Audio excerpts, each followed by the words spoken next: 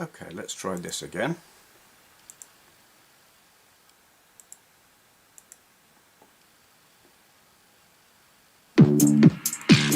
Not what we want. Here we go.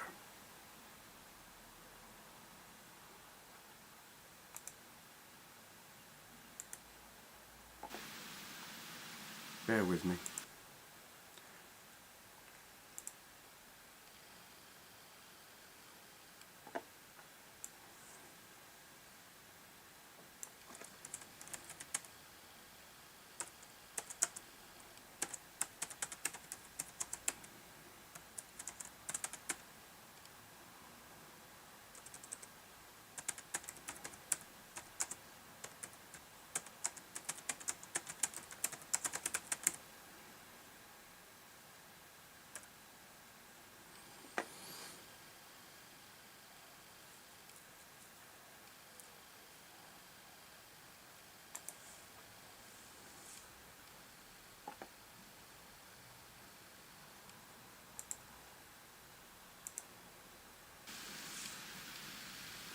Okay.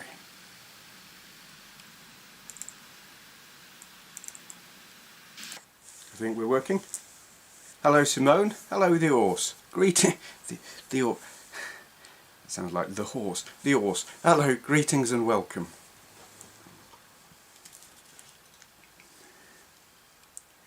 Making your lunchtimes awesome. Well, glad to hear it. This is going to be something a little bit different. I'll let a few more people join before I explain what it is that I'm doing. Hello Jambon, Emmental. Greetings and welcome.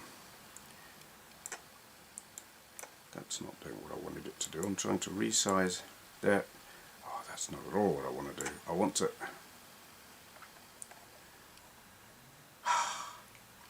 YouTube, you're an arse. That's not at all what I want to do. I want to... I'm trying to resize my page so I can't see the... I just want to see the chat bit. Okay.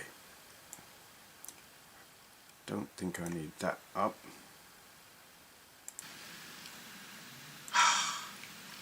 YouTube, you're an arse. Oh, look at me repeating myself. Okay. Here's the thing. I am clearing, I've got a big backlog of Q&A questions to answer, and I'm going to clear them in this stream. I'm going to answer all of these questions in this live stream, because what I've done traditionally is tack the Q&A sections onto the end of my gameplays, as you know, but honestly I've got bored of doing that. It's become a chore, and it stops being fun, and that stops me wanting to make content when it feels like work. So I'm going to clear the questions. You know, I don't want people who've taken the time to ask these questions, and I think would be just wrong to not answer them and just say not doing that anymore. So I'm going to answer them all, and then take questions or just generally chat and waffle as I'm inclined to do.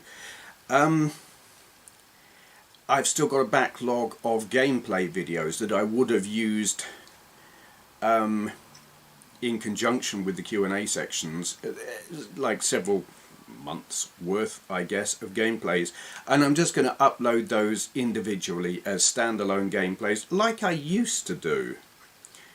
Yeah, I've done this before where I've got completely sick of doing a particular thing and gone and changed it and done it differently. The thing that I'm most enjoying doing with this channel at the moment is this, streaming. It enables me to be spontaneous. I can play games, I can just sit and talk, I can do whatever the hell I like. And that's what I'm going to do. I've still got those gameplays, which I will upload, and on occasion I might just record a batch and upload them when I feel like it.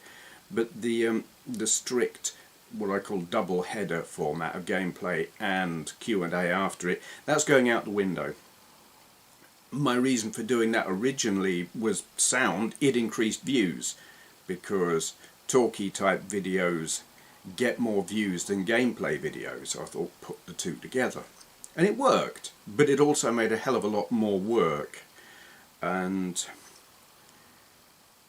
it's not that I haven't got the time, it's that my time, I am focusing on other things. So yeah, changing things around a bit. It's going to be largely a streaming channel, and not necessarily, well, I mean, it's going to be about gaming or whatever. There will be some gameplay live streamed, and obviously I archive all of the streams, so anything I do that anyone misses live, it's fine, you can still watch it afterwards. It'll just be a little less focused, I think, but I don't necessarily think that's a bad thing. Certainly if I'm not trying to grow an audience anymore, I'm just having fun. So, having got all of that out of the way, let's have a look at the questions. First question is from Jolie, KMC. I don't know what the KMC stands for. Josephine Lithius. I want to say link to their channel down there, but it's not going to be because we're live. I'm not, you know. That's not an option. So, they ask, so back on your video from August the 18th, 2021. I do like thorough, detailed questions. Someone asked what your thoughts about video games that require manuals in order to play properly. You answered that it wasn't your cup of tea. Now this made me curious about something. Have you ever played any first-person or third-person mecha suit games like Mech Warrior, Star Siege or Steel Battalion, where the controls aren't perfectly obvious straight away? And if so, did you enjoy them? Right. This is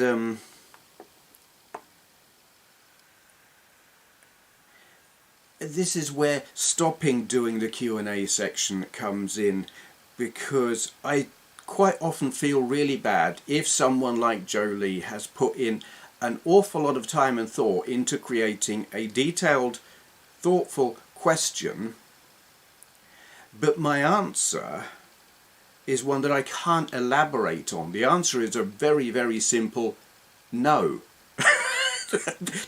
That's it. I have never played any of those mech type games with complex controls and then been fumbling around because I haven't had or read a manual. It's never happened. It's never come up.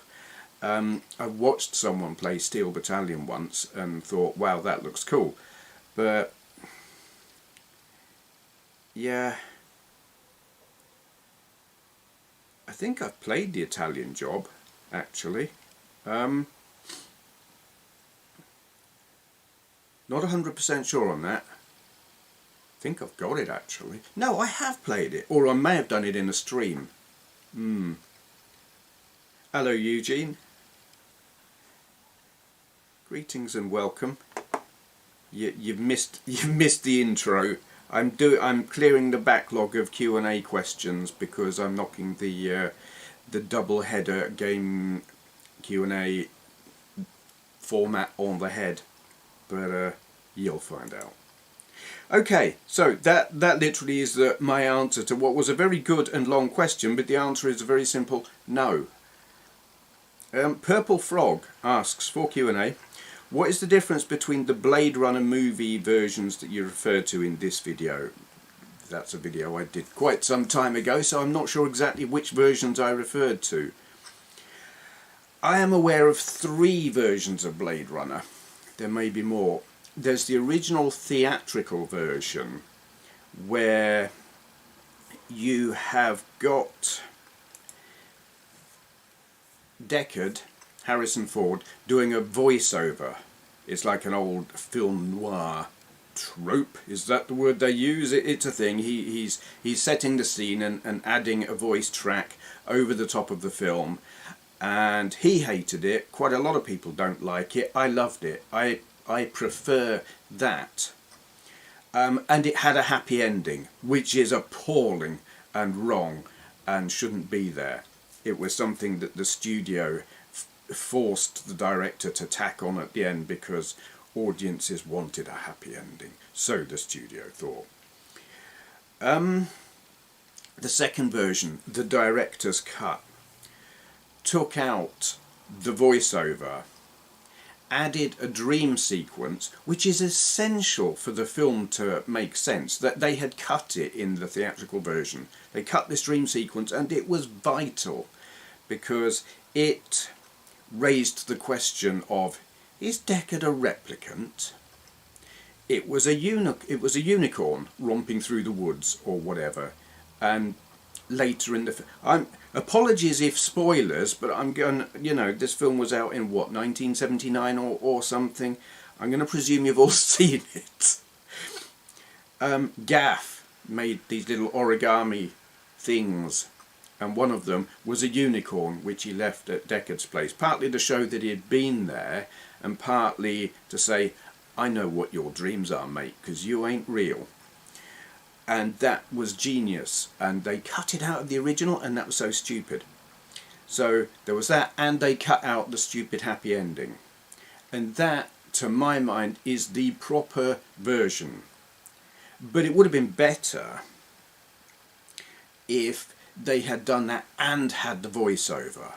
And I actually made my own version. I ripped the VHS of both of those and combined them, so you got the voiceover but you had the dream sequence as well, and also had cut out the happy ending. And that to me, that's like the definitive version.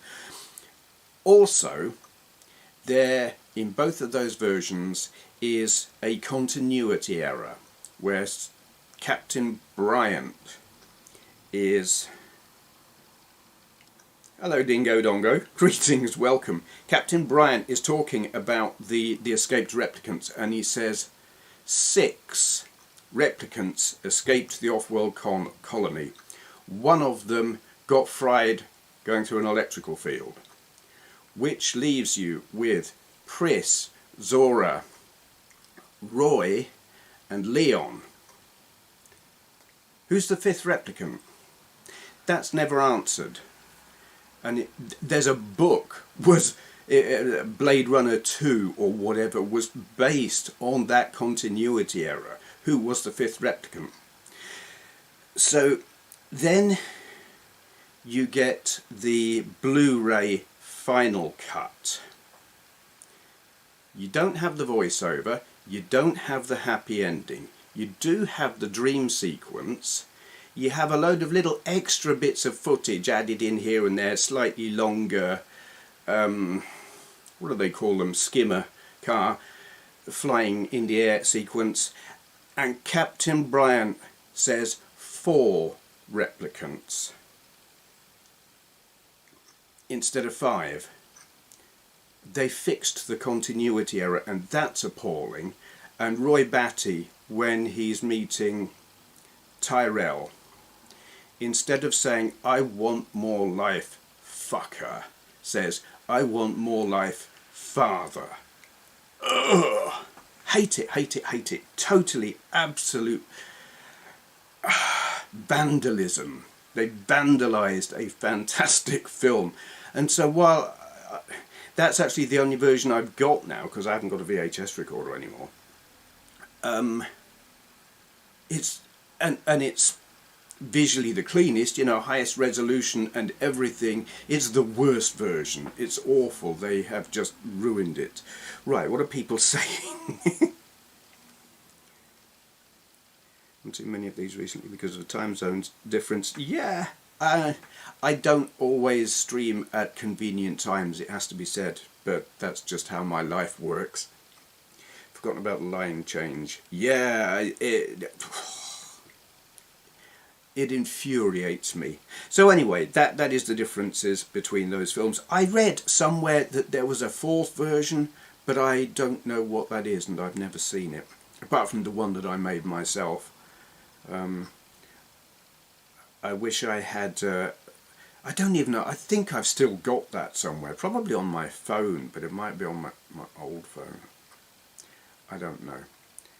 What I really need is like DVD rips of the original 2 films and then edit them to make my own version.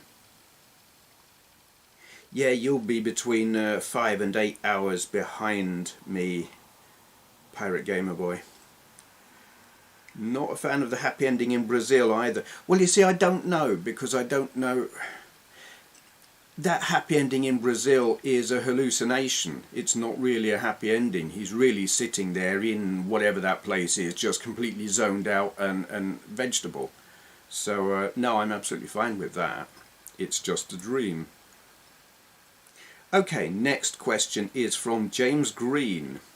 For Q&A, I remember playing Super Mario Bros. 3, sorry I know you're not a fan, true, when I was about 10 years old, and figuring out myself that if you blew warp whistles in the warp zone, you'd go straight to the last world. That might not mean anything to you, sorry again. You're right, I have no idea what you're talking about. At the time, there was limited access to guides and tips and walkthroughs, etc., especially if your family was skint, like mine was. Mine definitely was. So I felt like an absolute gaming god for figuring that out with no help. So my questions are: 1. Can you remember a time when you felt like a gaming god with no help from any other sources, doing a combo, finding a secret, figuring out a puzzle, whatever it may be? And 2, buying and playing games blind to the rest of the world was so much fun, but a gamble. You had to choose a game mostly based on the cover or the TV advert or from what your mates at school said about it. Do you think our hands are held too much these days, even in the buying decision as well as the access to walkthroughs and so forth? Okay. Have I ever done it, like solved a puzzle or anything where I thought I was a gaming god? No. Never. But I don't really play puzzle games. No, wait. Exile on the Acorn Electron. There is a code.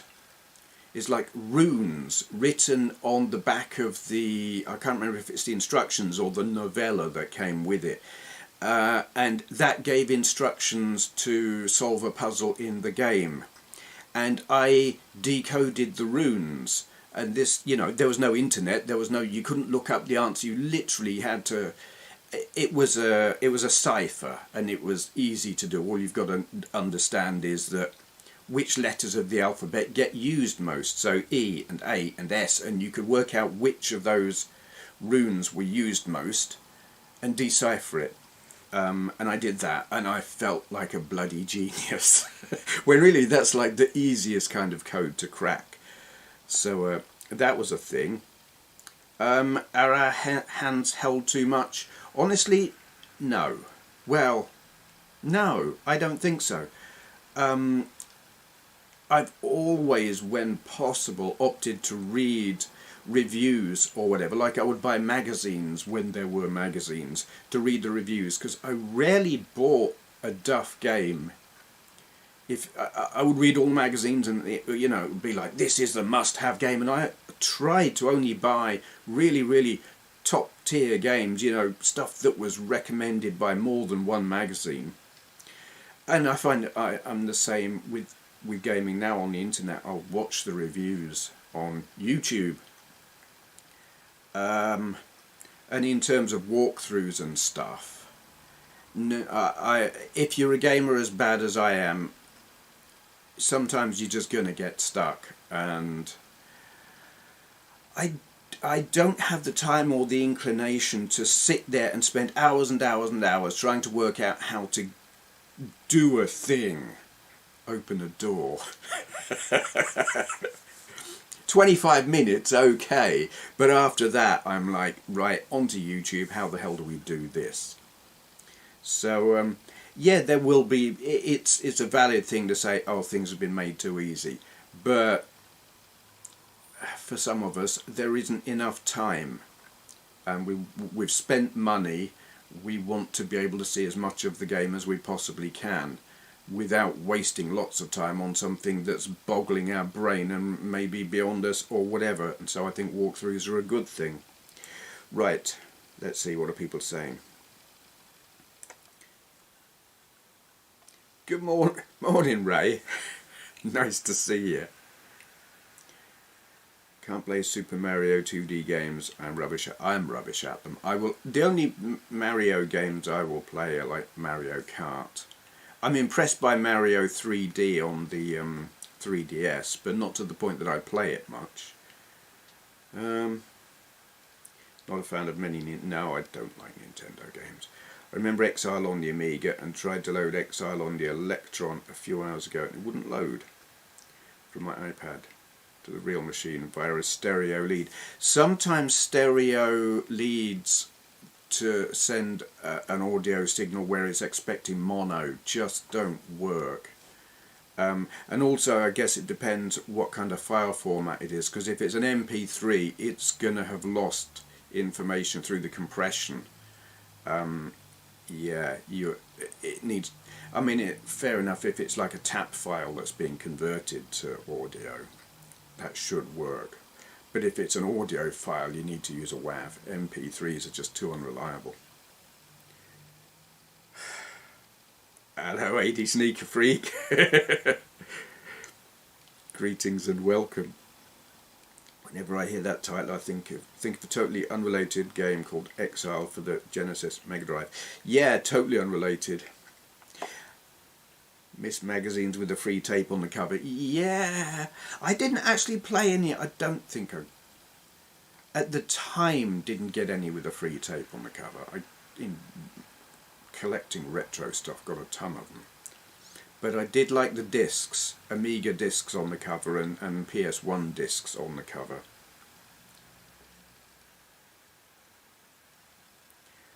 Hi Stevie boy. Stevie boy, what? Hello Andy. Okay, I'm not going to try and pronounce that. Hello Andy. Greetings and welcome. I remember back in the 90s my friend Keith and I were playing Exhumed on the Saturn and we were at what? And we here there were it. Okay, I guess you heard there were Easter eggs, completed the game and hunted them down. Great fun to do. I've never really looked for Easter eggs. I'm aware of the one on Atari Adventure, but never actually bothered to look for it. Have I ever soldered together a computer? No. My skills with the soldering iron are non-existent. I am totally non-technical when it comes to gaming. I buy things and they either work or they don't, and if they don't I buy another one or not. Now I can't fix stuff and I can't make stuff. The most I've ever done, like my Amiga, is stuff that I stuck together, you know, motherboard and Zorro 2 and accelerator and SCSI card and all of that, you know, where they fit together and I put them in a custom case and all of that, but no soldering. No, absolutely not. Okay, next question is from R. Johnson. Question for Q&A. What has been the most frustrating time with a computer, console or both? Mine personally on a computer has to be when I had to phone up the customer helpline over an issue with my virus software and realised they were less knowledgeable than me over the matter. And so in a fit of rage I spent the next few hours fixing it myself. On a console it would have to be Gran Turismo 2 for the PS1, trying to get a gold cup on the International B final challenge, as no matter how hard I tried I could not get the damn Dodge Viper around Laguna Seca corkscrew in time, and was getting to the point where the game disc would be travelling across my room faster than the zero? What? Okay. Whatever nanosecond I was short. Ah, gotcha. Okay. Yeah. Totally agree about the licenses on Gran Turismo. They were a pain in the arse. For me, it was down to a faulty cartridge for my 32X. I had Virtua Racing Deluxe, and It worked, but it crashed a lot. I had to like jiggle it in the socket to get it in exactly the right position, and any movement or vibration or anything, it's like if you looked at it wrong, it would crash. And this infuriated me because I loved that game. And this at the time was new technology, or at least, you know, it was the best piece of gaming hardware around at that time that I could afford anyway. And I got so angry with it, I took it back to the shop the next day and got a replacement and went home with that. And guess what? It did exactly the same thing. There was definitely a faulty batch, because I've got it since and it's obviously fine. But it was my Christmas present to myself, and like come Christmas Day I was trying to play the bloody thing and it kept crashing. And that was a bad Christmas anyway, which I've explained and described many times. So I wasn't a happy chappy that day anyway, and then like the game that I really wanted wouldn't work properly without crashing. It's like 10-20 minutes of play and then gone. Yeah, that's the only thing I can think of off the top of my head. Okay, looking back. Most repair skills I have are just replacing interchangeable parts. I was able to fix my Amiga 500 by replacing the floppy drive unit. Yeah, that's what I do. I'm capable of stuff like that. Until you need a soldering iron, I'm good. But after that, forget it. There's actually an end credit sequence in Virtua Racing Deluxe, but you have to beat every track on hard. It's so hard on the EU version because those lack a save battery. I didn't even know there was a save battery. Yeah, I've never completed it. I played all the different circuits and all the different classes and everything, and I got quite good at it for a time. I'm terrible now. Did you have a Spectrum growing up? I had a Commodore 64 but got a Sinclair since then and loved it. No, I didn't have a Spectrum. Friends had Spectrums. I started, my first computer was a ZX81. And then I had an Atari 600XL, but only one game for it, a cartridge football game, because I didn't have a tape drive, so that was the only game I ever played on it. And then I got an Acorn Electron, and that was my main gaming computer for ages until I got an Amiga. But I had consoles and stuff, like I had an Atari 2600 and stuff like that. Pong machines. Remember that Christmas Story? Not one that no, Disney shouldn't.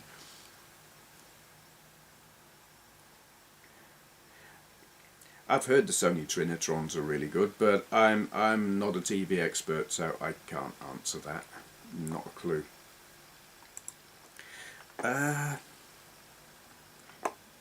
Nick Ritaka asks, for Q&A, what was the culture of gaming like growing up in the UK?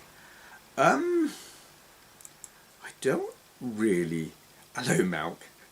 I don't really know how to answer that. I mean...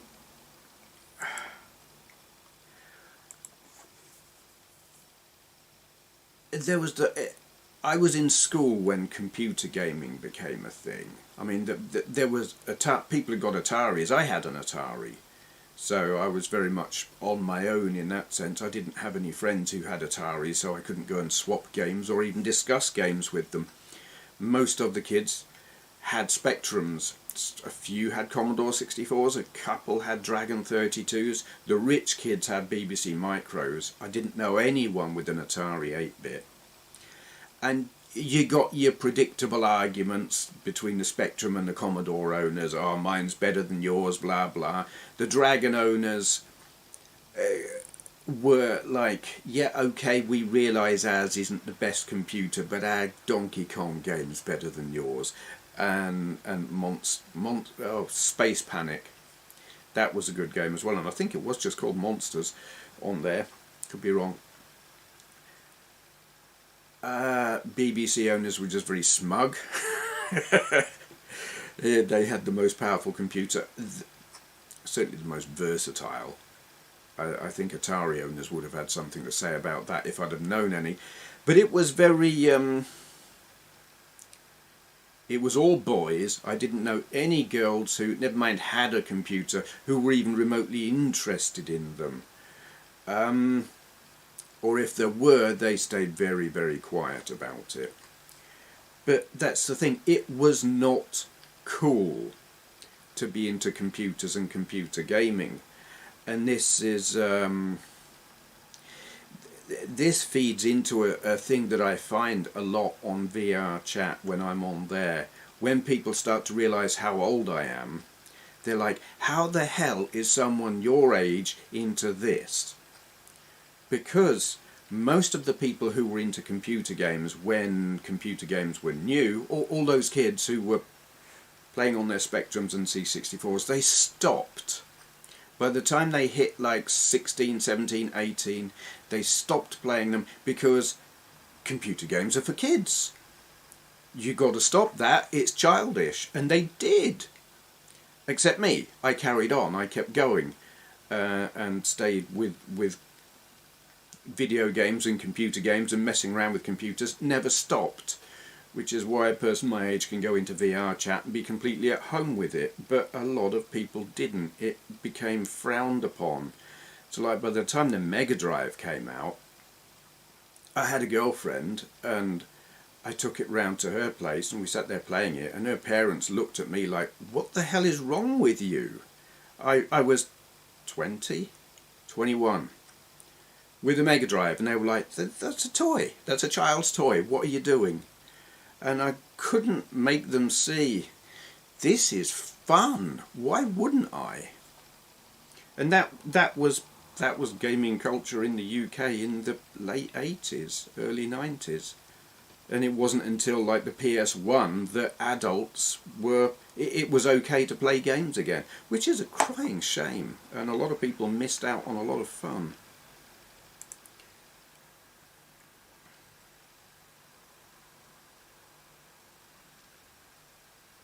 Were there any Dragon owners? Yes, there were.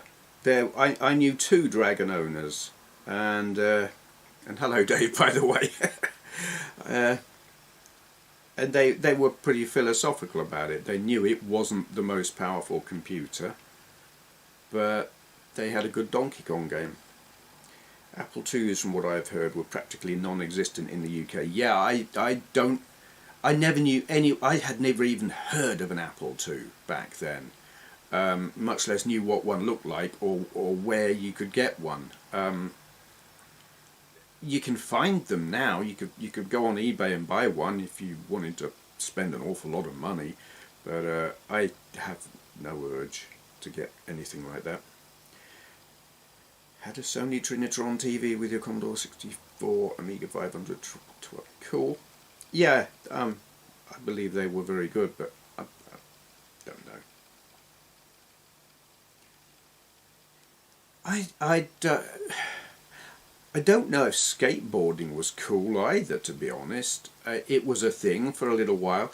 I mean, in the school I went to, there was only, if you were male, the only thing you could do that was cool was play football. That was it. If you didn't play football, you were a nerd.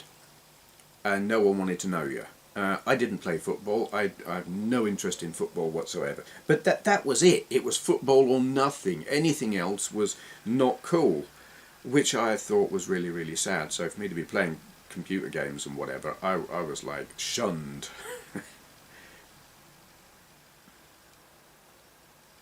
Yeah, totally agree. Watching movies okay, playing games not. It's silly and illogical, and it's just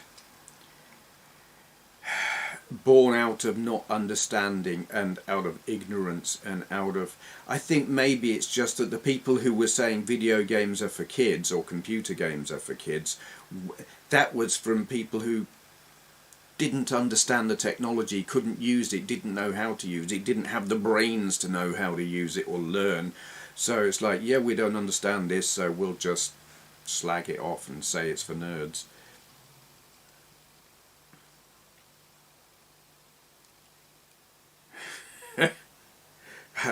Hello, hi Gregory, in your hot tub. Welcome.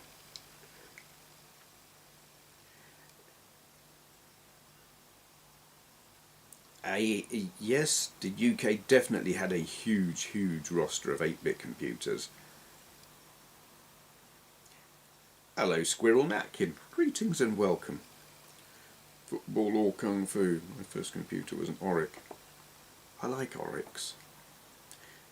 3DO was full of FMV, full motion, and way over. Yeah, totally overpriced. Yeah, a 3DO would have been very cool if they had stopped messing around with full motion and sold it at a sensible price. Okay, anyway, lot of you have come in and won't have heard my intro and don't know what I'm doing here. I'm clearing my backlog of Q&A questions because I'm changing the format of my channel, and the double-headed video with gameplay followed by Q&A is going out the window, and I'm not doing that anymore. So all the backlog I've got built up of Q&A questions I'm answering now, whilst also talking to you lot. And after this I will gradually be uploading what gameplay videos I've got left as just standalone gameplays. But the primary content is going to be streaming. I'm going to be live streaming as and when I feel like it. Probably at least once a week, but you know me, when I say probably, there are no guarantees, but this is the plan.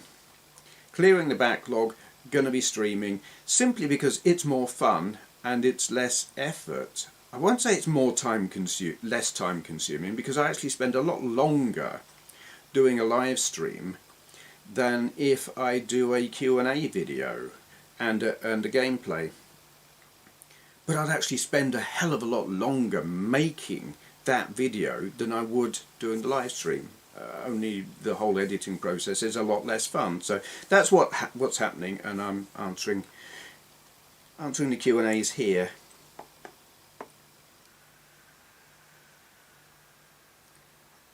Hello Opera, I'm good, thank you. Okay, right. Next question is,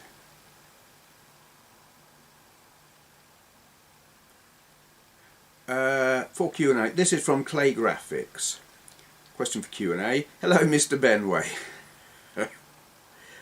That always makes me Mr. Benway. Okay. Is there a game or gaming experience that you are hoping for in the future that, for you, hasn't ever been achieved or tackled yet? And or is there a particular kind of game or genre you believe hasn't been properly or adequately explored yet? You see, this is another one of those questions where it is a good and well thought out question, and it's really difficult when doing a double header video where you got to try and create a useful or adequate amount of content in the answer. I don't know how to do that when the answer is simply no. But that is the answer on both parts of this. Is there a gaming experience I'm hoping for in the future that hasn't been achieved or tackled yet? No. There was, and now I've found it, and it's called VR Chat. Virtual reality, interactive, other people, virtual worlds, love it. I would like them to do a virtual reality Grand Theft Auto 5. We're getting VR San Andreas, and I really look forward to that. And I'm trying to put my feet under my table without knocking everything over. Yeah, so that's happening. That's something I've been wanting for a long while, and it's happening. Genre that I believe hasn't been properly or adequately explored yet. Honestly, I can't think of any. They have... Genres now have been pushed so far that they don't have any new ideas that I can see, so they're just cramming them full of nonsense and rubbish. I'm playing Forza Horizon 4, and there is a good game in there, But there are also tons of like menu sections and options and modes or something that I'm like, what the hell is this? It's tacked on rubbish. It's content that's being crammed in an artificial manner to try and make you download DLC packages. Like, you want this car? Buy this bundle. You want this car? Buy this bundle. You can't just buy this car or this car. And you shouldn't have to buy it. You bought the game, it costs money. And there are modes and things that I'm just like, I have no idea. So I'm just like, if it's on the map, there's a place to go and race, I go and race there. And all this other stuff, it's just tacked on nonsense and I don't care. And that's, when you've got things turning up like that, you know that that genre has been pushed as far as they have found any way of pushing it, to the extent that they just come up with artificial rubbish. And it seems like most genres have gone that way now, and that's a shame. If there are other genres that haven't been, I don't know what they are. It's like indie stuff seems to be, the stuff that I notice is retrocentric or I don't know what. Not seeing anything new that I think they could do more with that. So to me, it's probably why I'm really into VR at the moment. It's the only thing that's exciting me, where I'm not thinking, well, I've seen all that before. Even like the graphics on modern games, I'm like, it kind of doesn't matter if they improve the graphics. They're already great. A little bit more great than great is still just great. So, yeah. And maybe I'm just a cynical old git.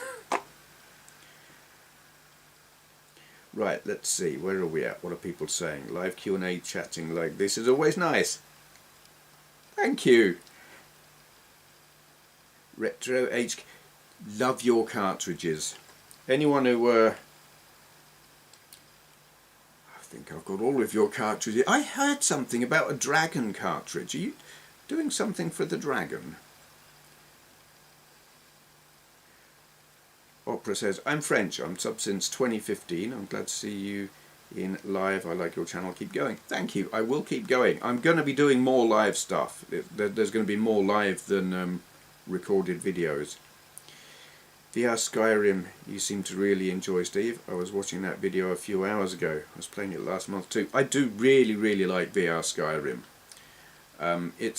There are a few games I keep going back to in VR, and they are Red, Skyrim, Half-Life Alyx. Those three are like must-play games. Cooking with David. What? Oh, right, you're talking to each other here. Hello, Steve. 9EG. Greetings and welcome. Rift S here, by the way. Cool. The Quest 2, when you've got it hooked up to a PC, basically it works in Rift compatibility mode. It basically thinks you're running a Rift. So, yeah. Hello, Peter. Greetings and welcome. Hope you're having a good Friday, Steve. A live Q&A session sounds great fun. It's not a you ask the questions and I answer them like asking them now. The Q&A questions I'm answering are the ones that people have asked in the comments previously, and I'm clearing the backlog because I've got a lot of them and I'm not doing that format of video anymore. So 7800 and Wonder Swan on. Oh well, that's cool. I look forward to those. 7800 especially needs one, and one, you see, I've got a Wonder Swan and I've got 2 games for it, and I'm like loath to spend money on original games for it because half of them are in Japanese and I don't understand them, so a cartridge for that would be great.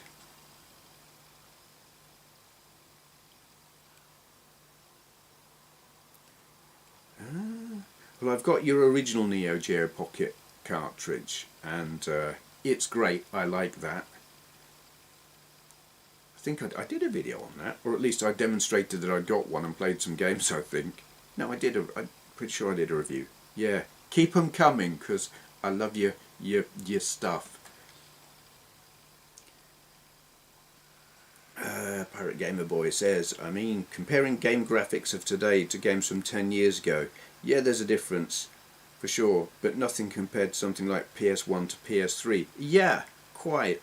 And it's reaching a point where it's prettier, but what does it add? Not much.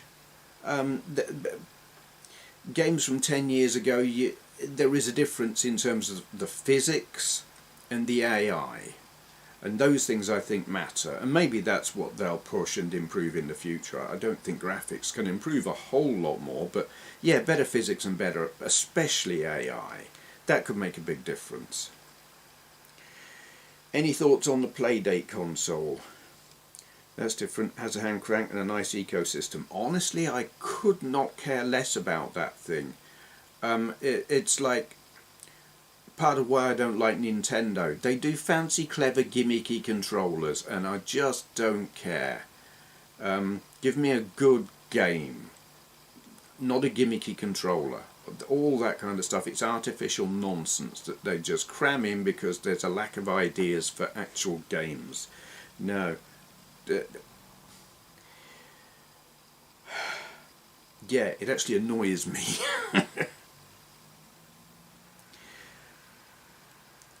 Hi Steve, I've just seen the new PSVR. It looks very impressive. I agree.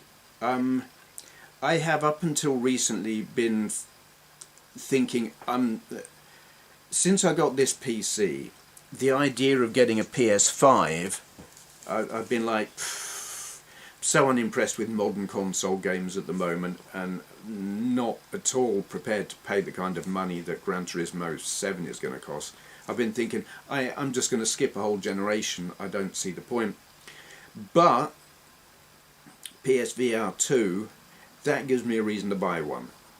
Because I love VR, and they will get AAA titles on that in a way that they won't get them on the Quest. And even the like top flight games on the Steam VR are few and far between, and not all of them will run on an air-linked Quest. So I think Sony are onto something there. If they can, it's all very well them coming up with this really cool VR headset, but if we can't buy the bloody console, what's the point? They need to sort it out.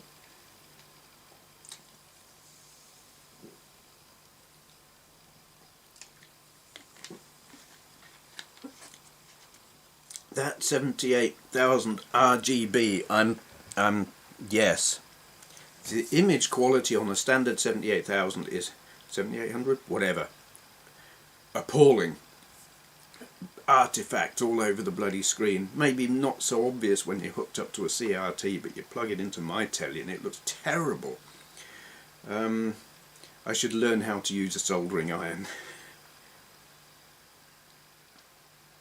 Yeah, Commando on the 7800 is impressive. No, I'm thinking of the 2600 actually.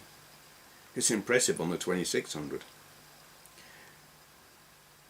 Robert Berry says, I may be alone in thinking this, but game devs seem to be too worried about excellent graphical quality rather than actual gameplay, which I think may be more important. You're not alone in thinking that, not at all. I totally agree. Any thoughts on the... I'm going to presume that's pronounced Mr. Project. My thoughts on that are, I don't care. FPGA stuff, to me it's meaningless. A piece of gaming hardware is either the original hardware or not. And if it's not the original hardware, it doesn't matter how good the emulation is or how it emulates it. Is it emulating the hardware? Is it... I mean, I don't really understand the difference between FPGA hardware emulation and normal software emulation, but in the end I don't care. It doesn't matter. If the games will play on whatever you've got, great, you can play the game. the authenticity of the emulation and how close to the original hardware it gets, it's irrelevant. To me it seems like an excuse for making a thing a lot more expensive when you could buy a cheaper thing that will do pretty much the same thing.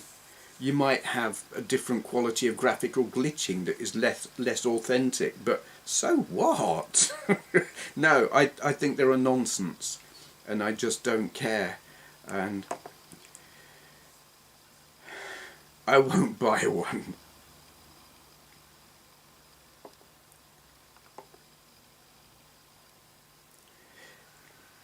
You see, latency, I don't notice latency on any of the emulated stuff that I play.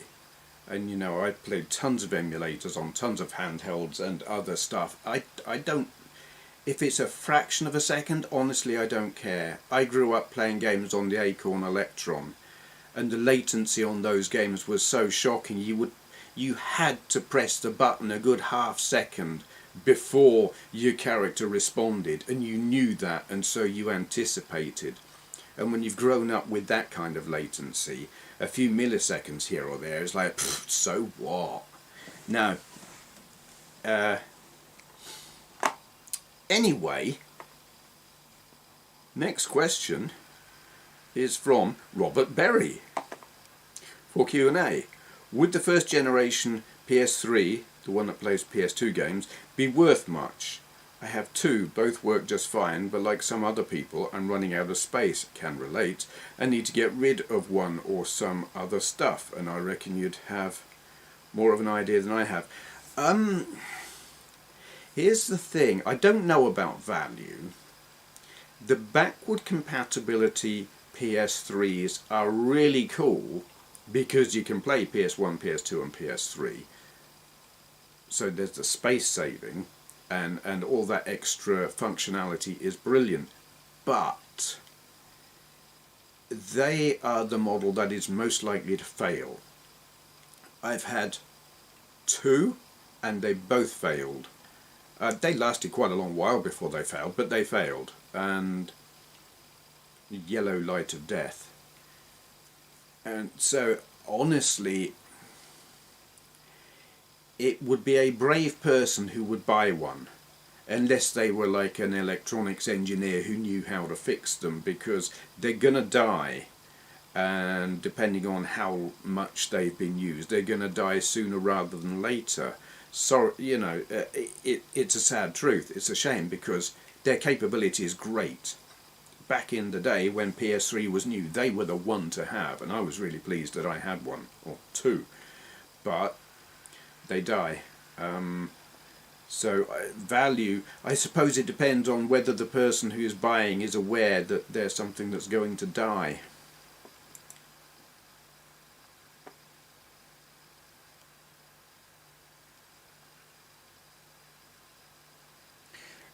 But you've spent more on game carts than what it would cost for a Mister.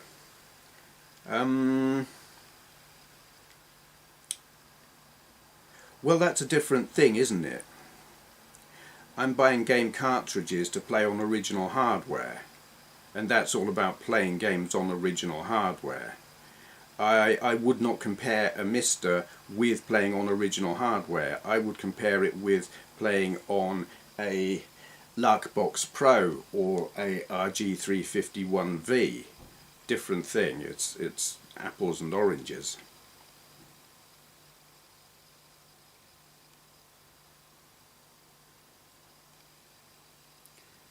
Don't know OG PS3s. Yes, they do. That's what I was saying. Not as unreliable as PSX. Well, I'm not sure what you mean when you say PSXs though. Do you mean PS1? As in PlayStation 1? Because the PSX was actually a dev kit thingy in Japan only.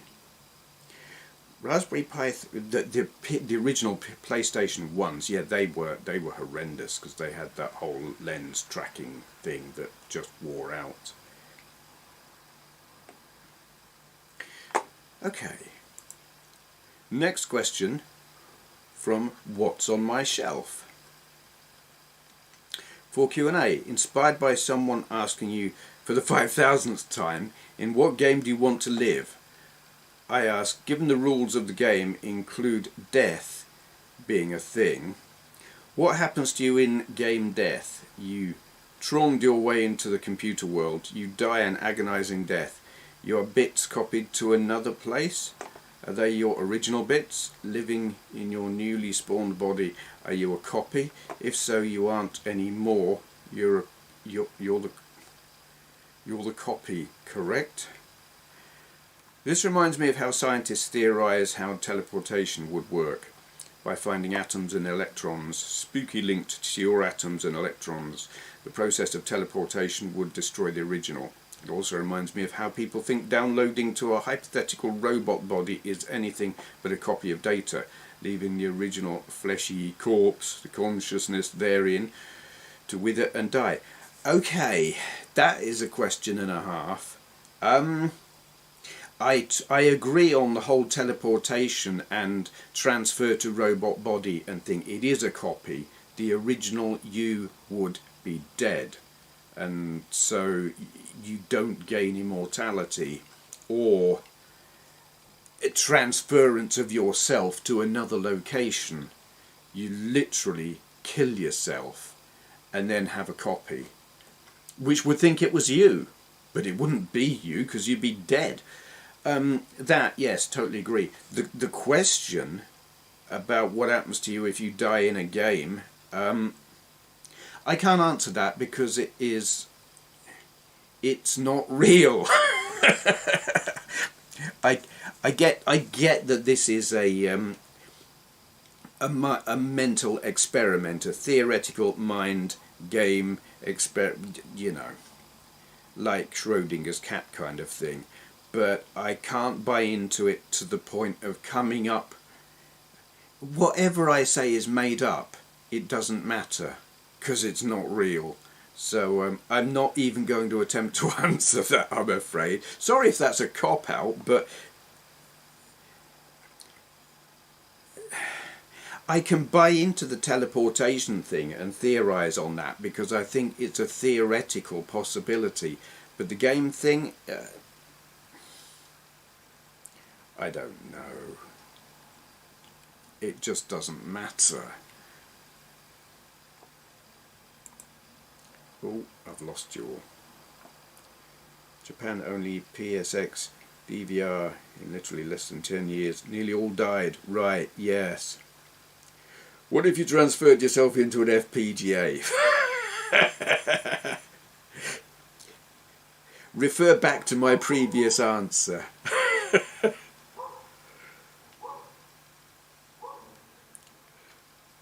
Wake up as a cat that likes beer. Yeah, you see, I could deal with that. That would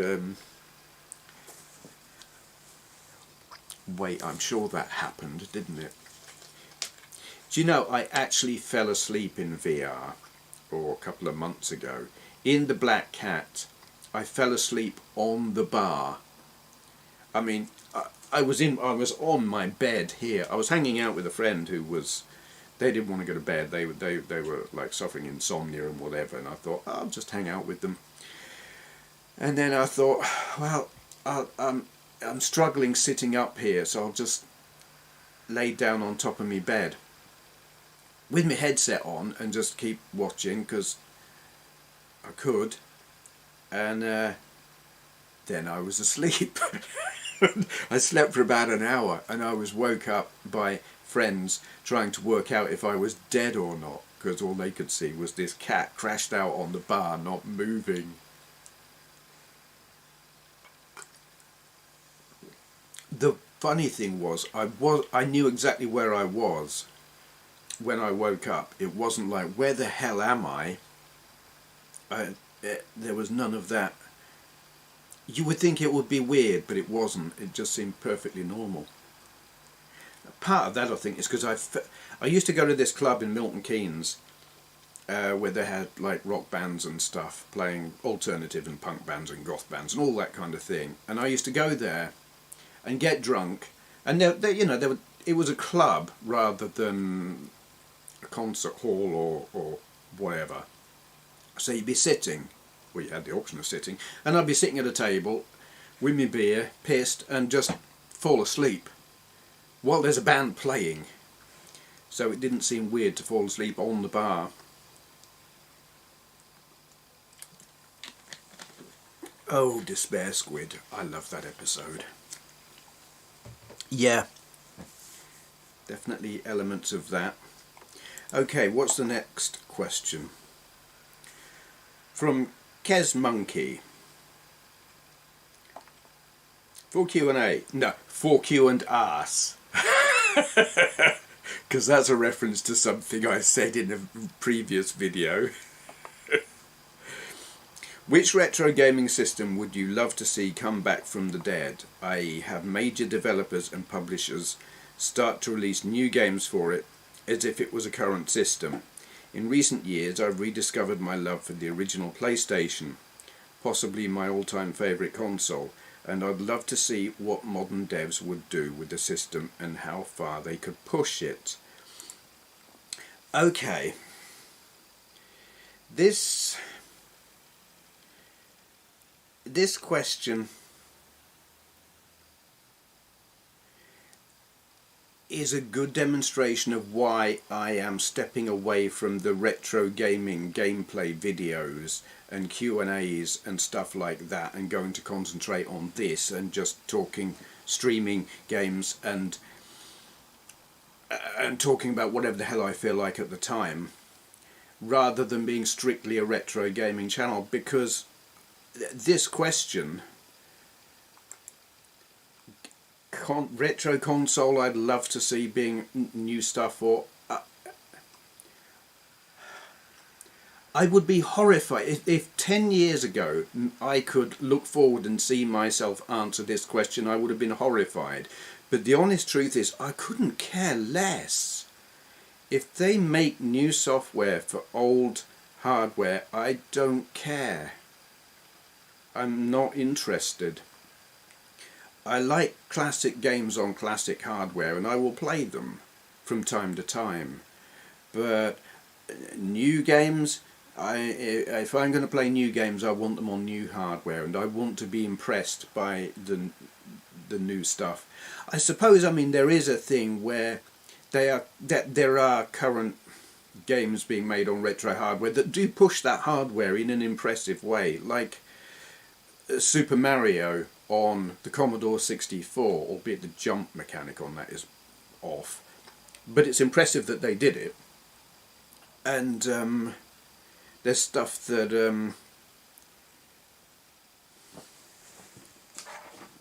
the future was 8-bit, and Tynesoft software. Oh god, I don't know if it's Tynesoft or Tynesoft software. Whatever they're doing, things like Cheese and Onion. There's a game, it's a platformer on the VIC-20 that's really impressive, and I don't know how they did it on the VIC-20.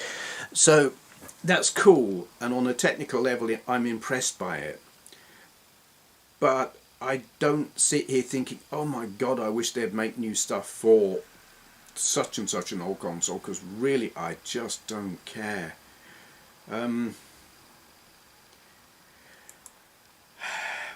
Yeah. I imagine there's a market for it, but I am not in that market, I'm afraid. And I feel bad when someone has gone to the trouble of asking a good, intelligent, meaningful question, and my answer is simply, I don't care. I feel bad, it feels like I'm being incredibly rude, but that's the honest truth. I don't care.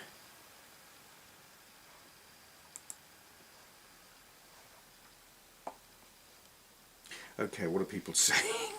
You haven't all run away and left. Do you reckon VR will become alternate reality, i.e. you exist in a different world? In PSVR, I see it for what it is, a gaming accessory that I'm using, rather than being in, if that makes sense. Honestly, never mind will it become, it already is.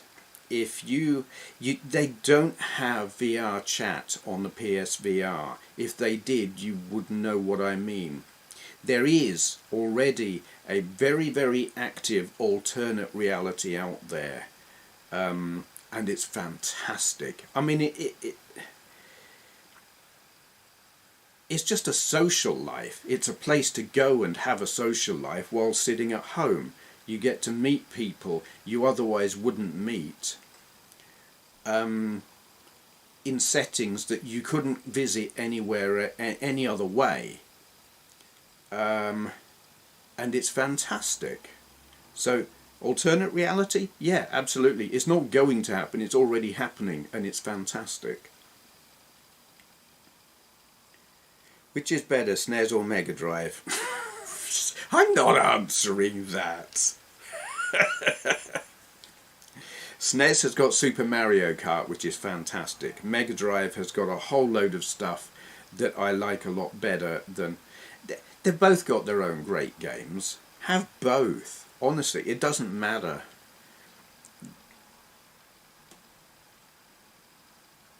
The original PlayStation was pushed very hard back then, as it was very popular and lasted a long time commercially. I don't think you get much better than the best already there. Yeah, I on things like the PlayStation, totally agree. Things like the Atari Jaguar, potentially they could have done a lot more, but you know,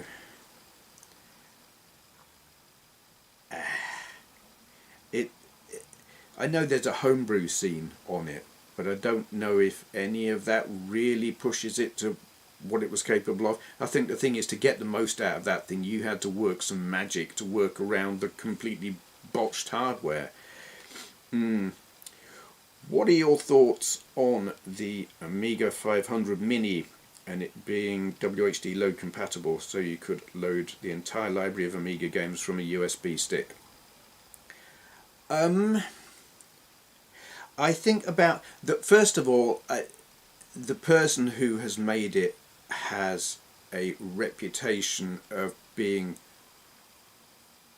They are not popular in certain sectors, and I don't know the details of it, but they upset a lot of people over something. Can't remember what it is, but some people will know. I think it was to do with copyright issues, and yeah, it's the whole Horace thing. Yeah, they upset some YouTubers over that. But as a piece of hardware, I have the same opinion of it as I have of the PlayStation Classic Mini. It's interesting. If you're the kind of person who can't work out how to set up a Raspberry Pi or a Larkbox Pro, sure, why not? But if you can do either of those, if it's all about playing the games rather than... if you can set the thing up and you care about playing the games, it's pointless. It's an expensive thing. But if you care about having something that looks like an Amiga 500 that will play Amiga 500 games, cool, why not? If I buy one, it will purely be for demonstration purposes, like for making a video and saying, here's this thing, here's how it works. But in terms of functionality, you can do it better and you can do it cheaper using something else.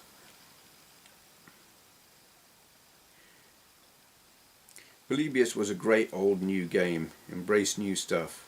Why limit yourself? Yeah! I don't know that the game that is called Polybius is anything remotely like the original legendary, long lost, did it even really exist arcade game. You know, it's just based on the description, and it's a good game.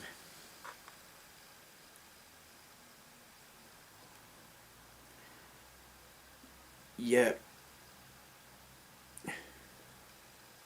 Phil Simon. Commodore 64 stuff. Yeah, programming in BASIC.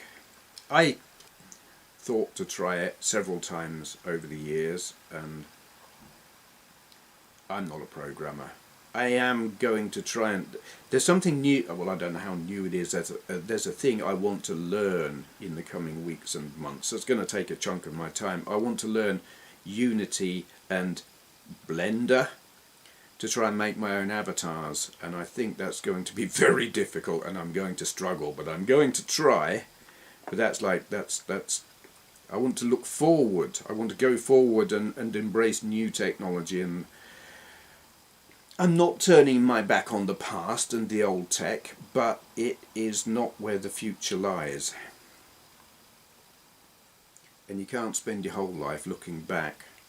I think it's what I'm seeking to do is acknowledge the past and look at it from time to time and say, this was good or not.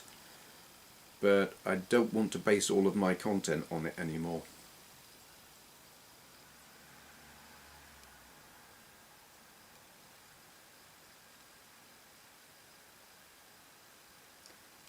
Maybe there's an environmental case for developers focusing more on lower spec games, less powerful hardware required. There's definitely an argument for that.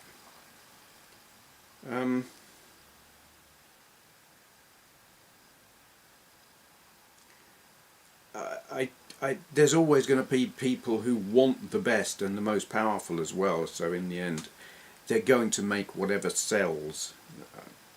That's the power of the market. Do DMT if you want alternate. I don't know what that means. Jaguar, I agree, there could definitely be more done with it. One day I may actually get the time. I look forward to that. If you do, let us know.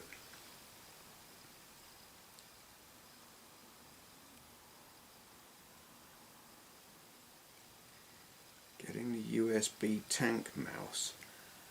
I don't know what that is. Really hate. Okay. Oh, it is. Yeah, I don't know. Okay, what's the next question? Another one from Jolie, KMC. Question for Q&A. Facebook Incorporated. No, wait, I mean, read sarcastically, Meta Platforms Incorporated. Yes. Obviously a completely different company and not at all dodgy. Has been pushing adverts about their metaverse product, which seems to be a glorified VR chat alternative that focuses on social interaction and traditional tabletop gaming, I guess. If you've seen the ads, do you have any opinions about it? And do you think Meta Platforms Incorporated have a VR chat killer on their hands? I haven't seen what they're advertising. I've seen little bits of footage and stuff that look corporate. Their avatars are very simplistic, humanoid, albeit without legs and stuff. The kind of stuff that you get on Oculus already, and I think it's shite. I would have been really, really impressed, but then I found VR chat, and it is absolutely in no way whatsoever going to be a VR chat killer. Because the thing about VR chat, compared to what Meta have in mind, is it is user created. It's community created. The users make the worlds, the users make the avatars. The company behind it, all they do is provide the infrastructure, and everything else is made by everyone else. And it creates a community. What Meta want is control, limit everyone. Here's what you can do, you can't do anything else. That the people who know about VR chat will look at that and laugh and say, no, thank you very much, what we've got is 1 billion times better. People will use the Meta product, but there'll be people who don't know any better. And hopefully those of us who know what the alternative is can find those people and say, stop messing around with that corporate rubbish, come over here, check this out and have your mind blown.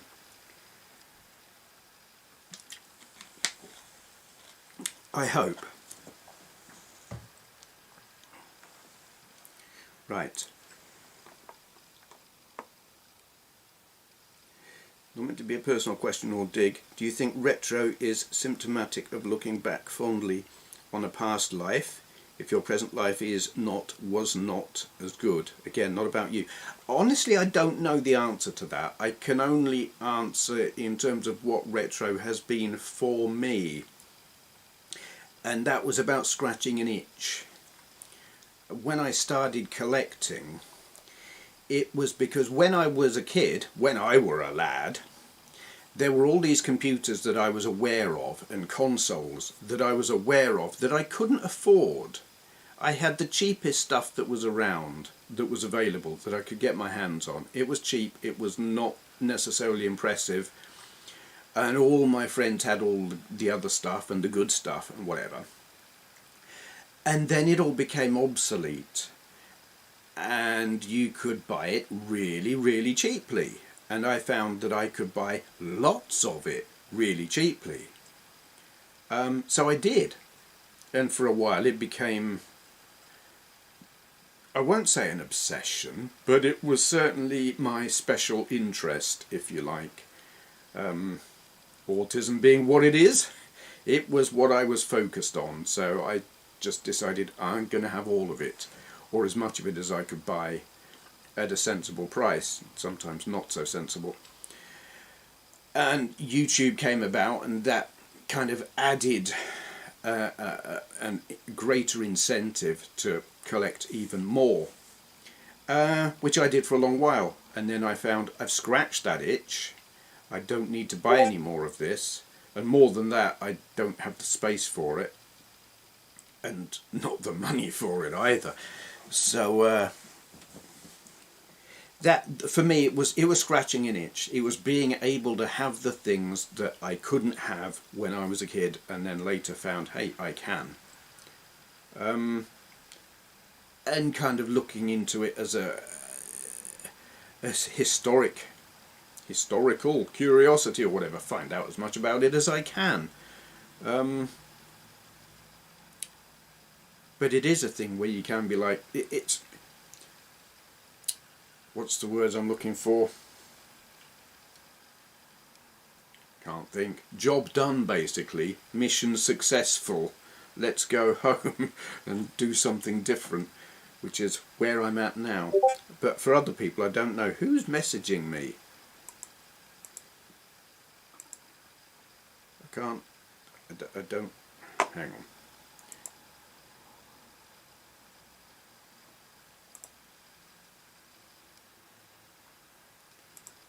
Is that on?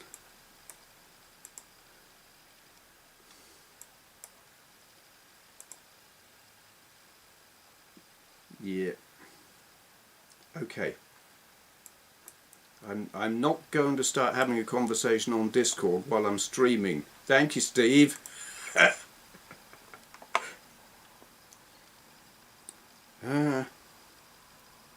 Could the Jag do a port of Metal Slug? I have no idea. Probably.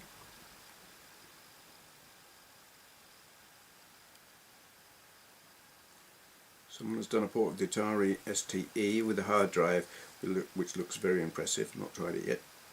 Do know. Send you a vid on. Oh, right. What?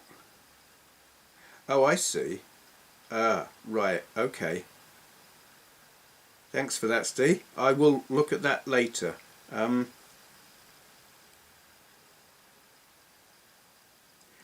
don't remember what that's related to or why, but okay.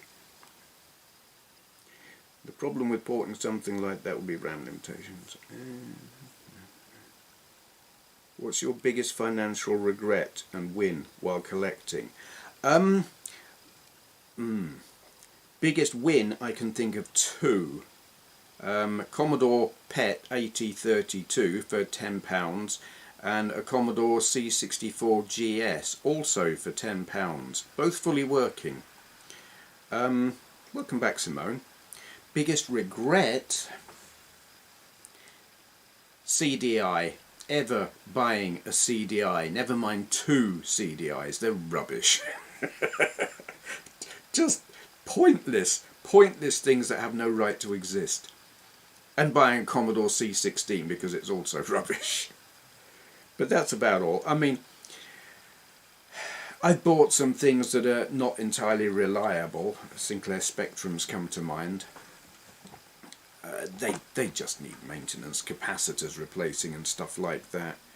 That's just the risk you take when buying off of eBay, and they're going to degrade over time anyway. Okay, what's next? RPK vids. For Q&A, what are your thoughts on the GTA Trilogy, the Definitive Edition trailer? Well, that's the thing, isn't it? There's the trailer, and then there's what actually came out. The trailer looked... Well, my initial thoughts when I saw the trailer was, what's the point? Because they've done PS4 versions anyway. Albeit they're kind of bad. They've got PS2 emulation, which is sort of messed up, and you've got shadowing effects where there shouldn't be them. So it was nice that they'd fixed that. But then the reality of the games is they are very, very unoptimized, shoddy ports of the Android versions, which are shite. I know, I've got them. They just aren't right. People don't... The NPCs don't behave correctly. Car handling isn't right. Everything about them is just shoddy. So why on earth, when they do a conversion for modern consoles, would they convert those versions? It's so lazy. Now, anyone who's got any thoughts about buying those, don't. I really, really hope they do a decent... I mean, I talk about they're doing San Andreas for the Quest, and the Quest is based on Android, which just means we're going to get the Android version of San Andreas, and that's a damn shame. But hey ho, I'll still buy it anyway, because there isn't another way of getting that game on there.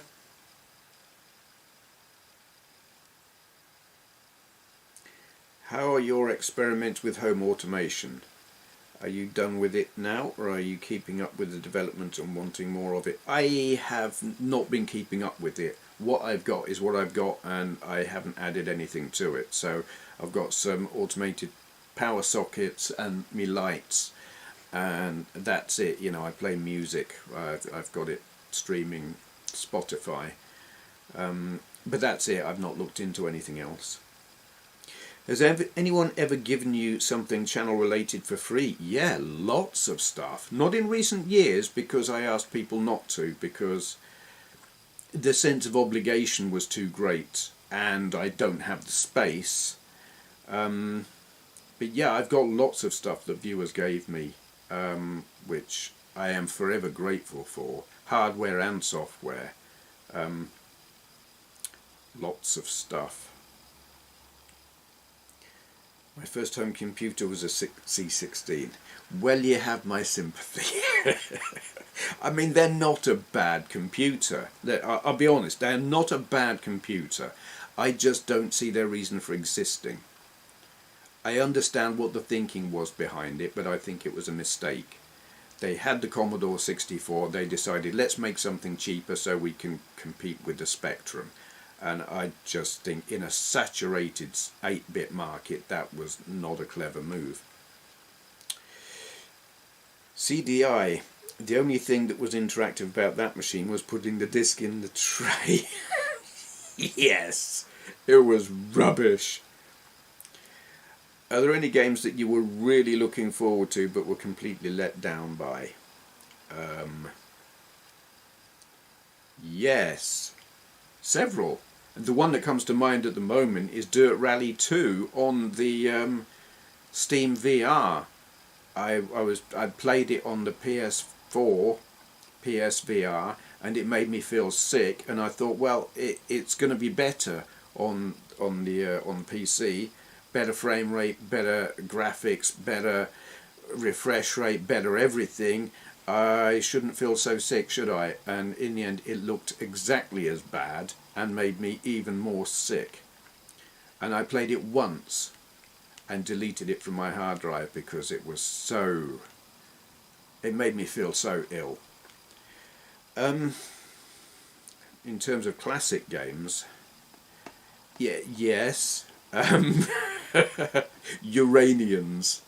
I wrote an article on that and it appears in Ashen's book, Terrible Old Games You Probably Never Heard Of, and it was for the Acorn Electron, and it's unbelievably crap. I've got a video of it on my YouTube channel.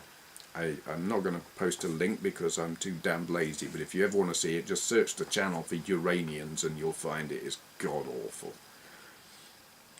Do not buy the GTA Definitive Edition. Yeah, I said that. It's bloody awful. Not going to. So many PS2 to PS4 remastered games are super glitchy. Yeah. Did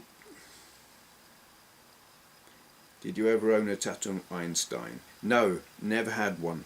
I didn't even know about them for a very long time.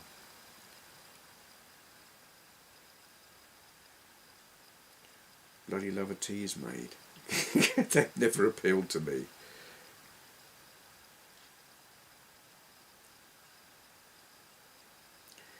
Heard or read somewhere that the C16 was intended as a replacement for the VIC-20. You see, that just doesn't make sense because the Commodore 64 superseded the VIC-20. If they wanted something cheaper than the Commodore 64 that was 8-bit, well, why not just continue making the VIC-20? It just makes no sense.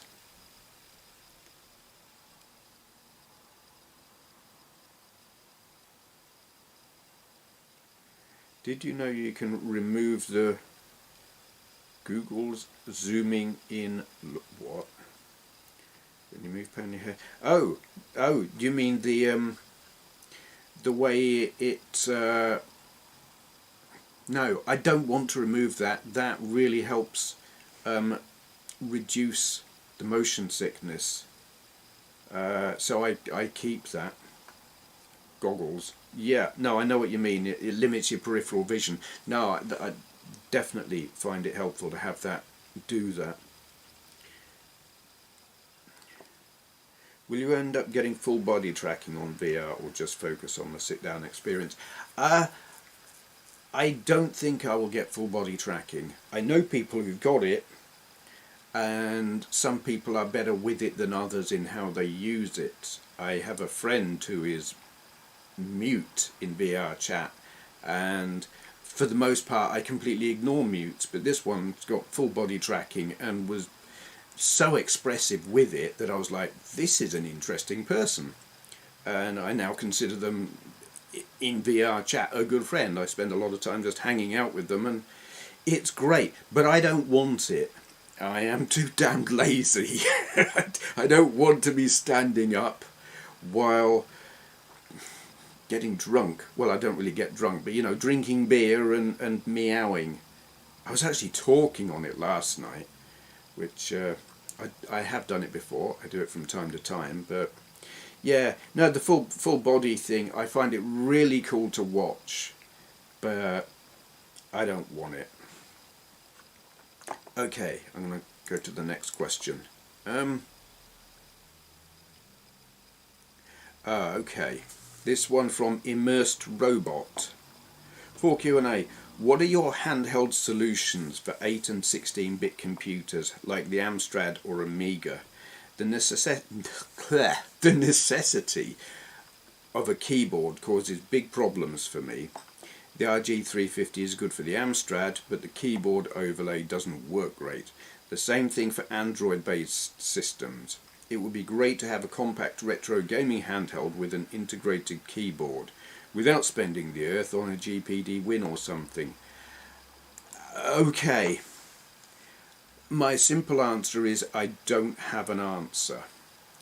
There are different emulators spread across different handhelds that deal with that problem differently. So, some have, I mean, the solution is simple.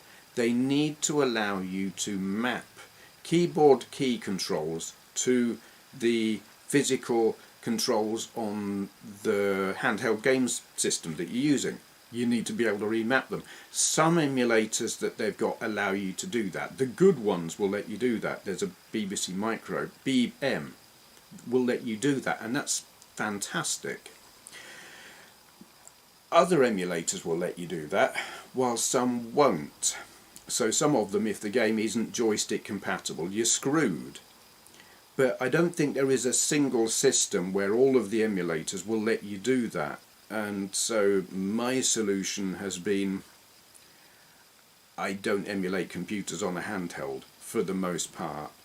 I don't aim for that. I will try the emulators when I've got a new handheld and see what works and what doesn't. And sometimes you can emulate a computer and sometimes you can't because of the control issue. But I'm unaware of a handheld that will...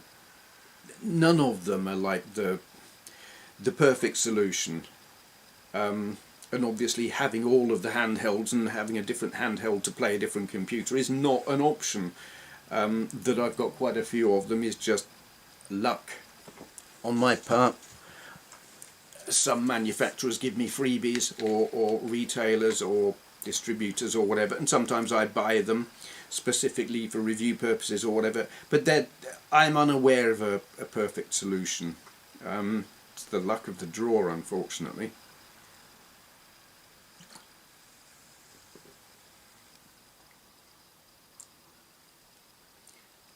+1 for VR Ant Attack. I love Ant Attack. I don't know about in VR.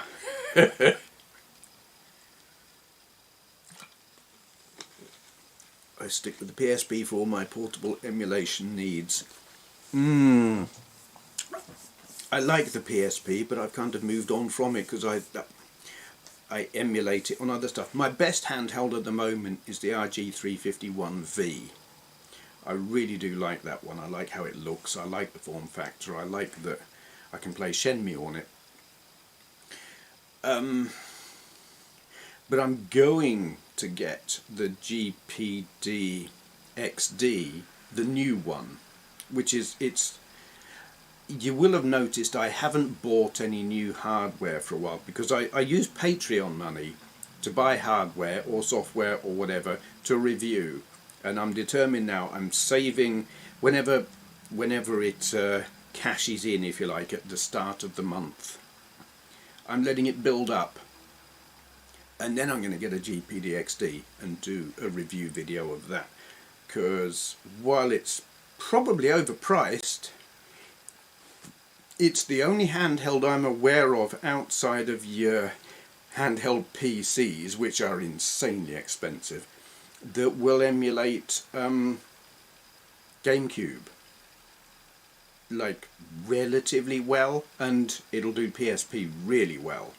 And I'm like, oh, I want some of that. It will play Mario Kart Double Dash, and I think the idea of playing on that on handheld is great. So we'll see. I think it's going to be another month before I can afford to get one of them. But expect that in an upcoming video, and also immense thanks to all my Patreon supporters, because, well, you're great, and you enable me to bring you videos like that when I bring it to you. I came in late. What's this about a new channel format? I hope you aren't going to dye your beard pink and start doing ASMR streams. No, I am going to be...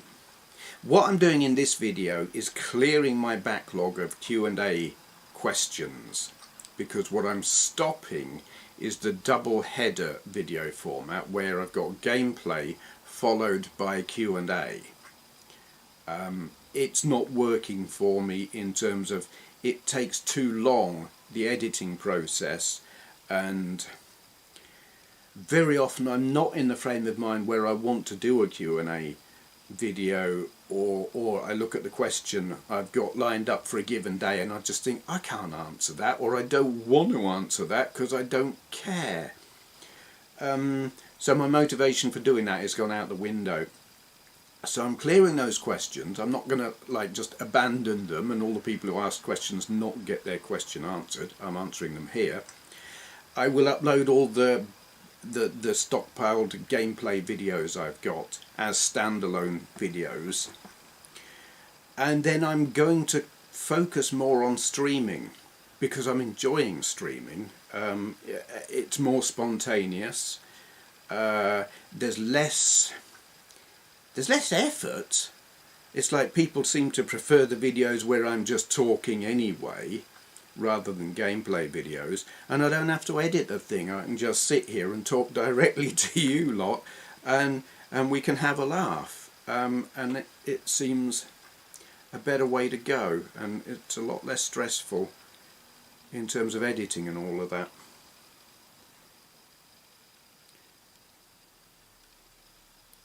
Just started replaying Alex VR after watching your video. Forgot how scary certain parts were. I don't find any of it scary in terms of horror. I find some of it scary in terms of, oh my god, I might die here and then have to go back to a save thing, because I still find the whole jumping mechanic of it infuriating, and I would jump to my death accidentally because I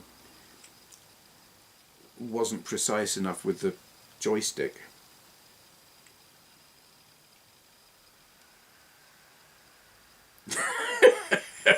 I don't want to answer that because I don't care. Yes, always the charm.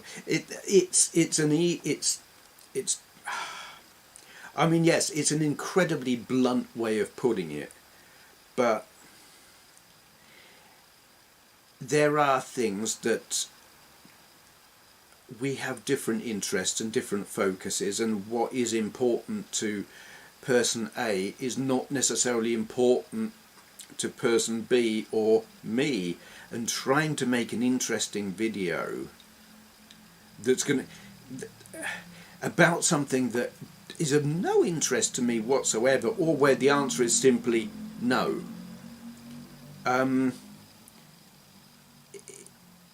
It would be dishonest, I think, and so unauthentic if I spent a great deal of time talking on a subject that really, you know, it doesn't hold my interest at all. I don't care, and it would be wrong to pretend that I do.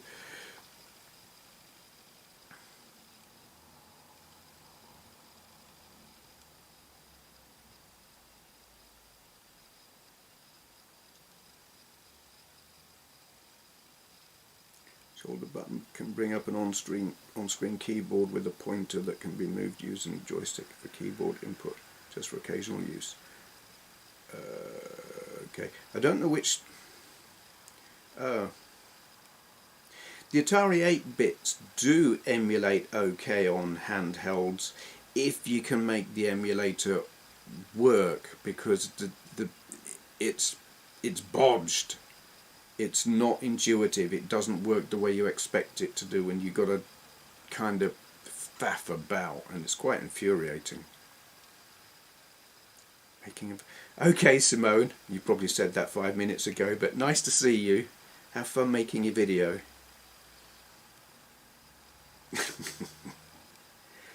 Nothing wrong with streaming the waffling of Benway. Watch when I can, but yeah, I know that the time difference is significant. Smash the like button, please.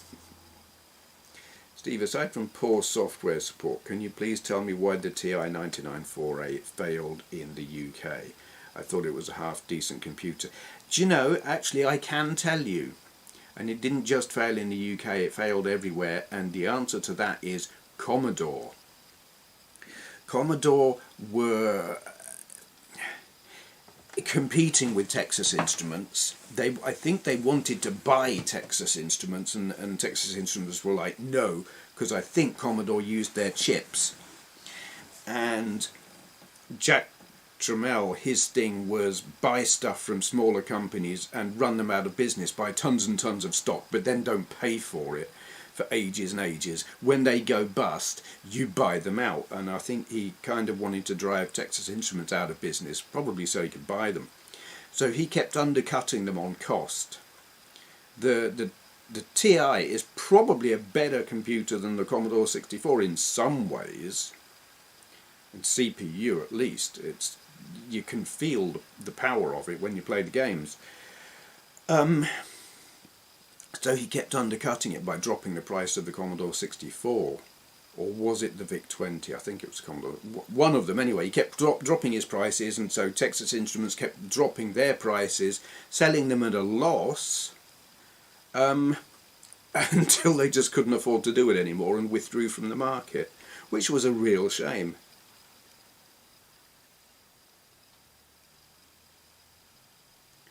If you like Golf Plus on the Quest 2 is amazing.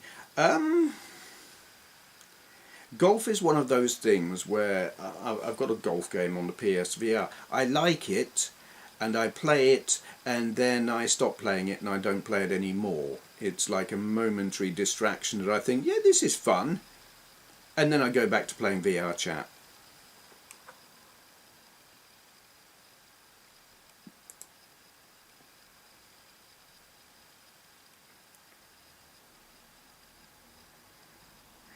Chernobyl was Godzilla and TI was Japan. Yeah.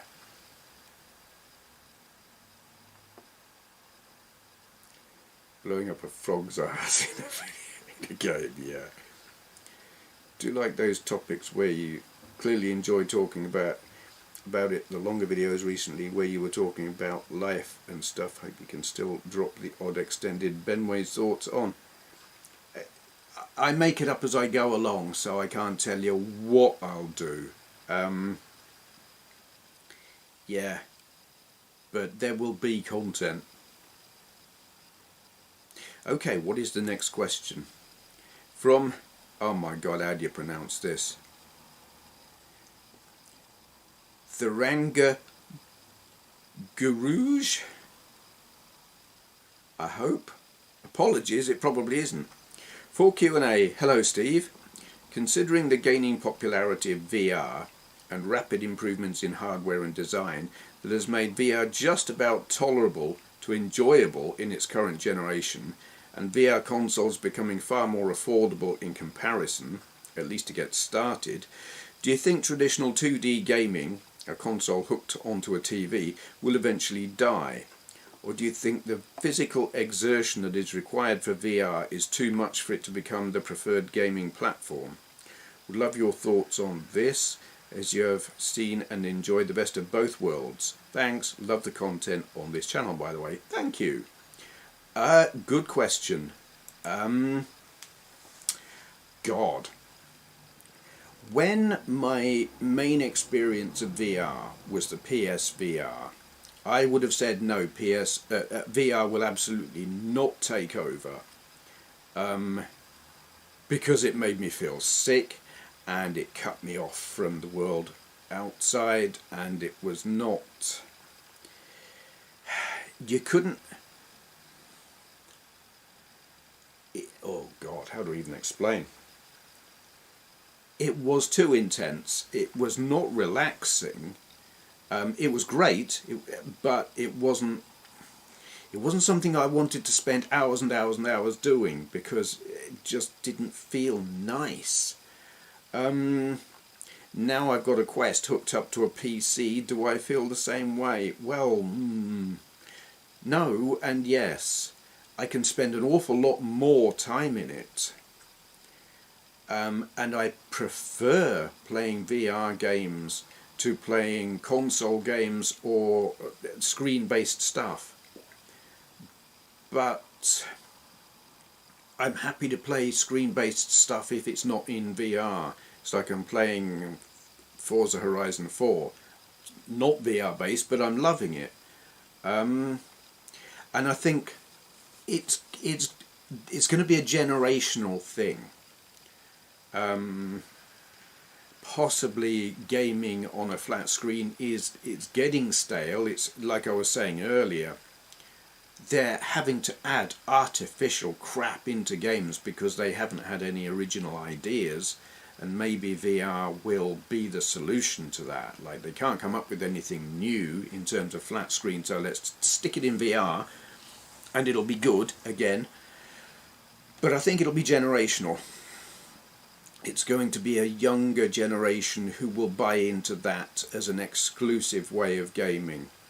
I think there will be old fogies like me or us who just aren't gonna want just that. A lot won't want that at all. So maybe 20 years down the line, maybe then, but not yet.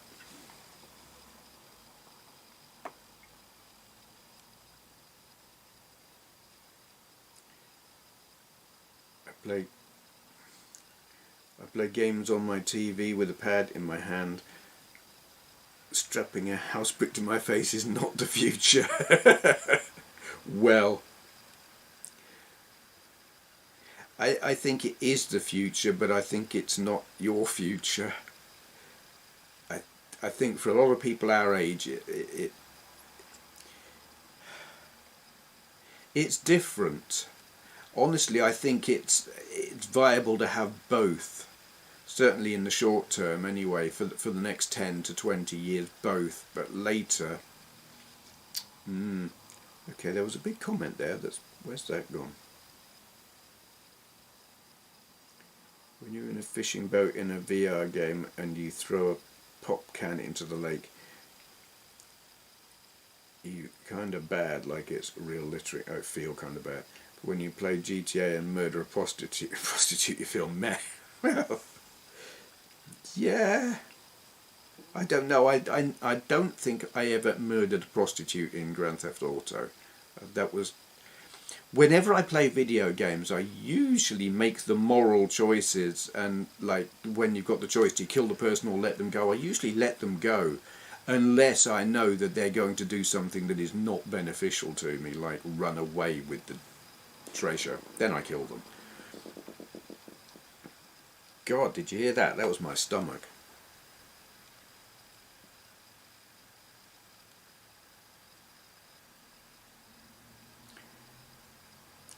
Yep. Rift S gathered dust for over a year until he tried Skyrim again, and then FS 2020. FS 2020? Don't know what that is. But yeah, Skyrim in VR is fantastic. It needs updated graphics, really, but adult mods are interesting in Skyrim. I'm unaware of them. Okay. Next question. Okay. Jason Arnopp's terrifying House of Obsession.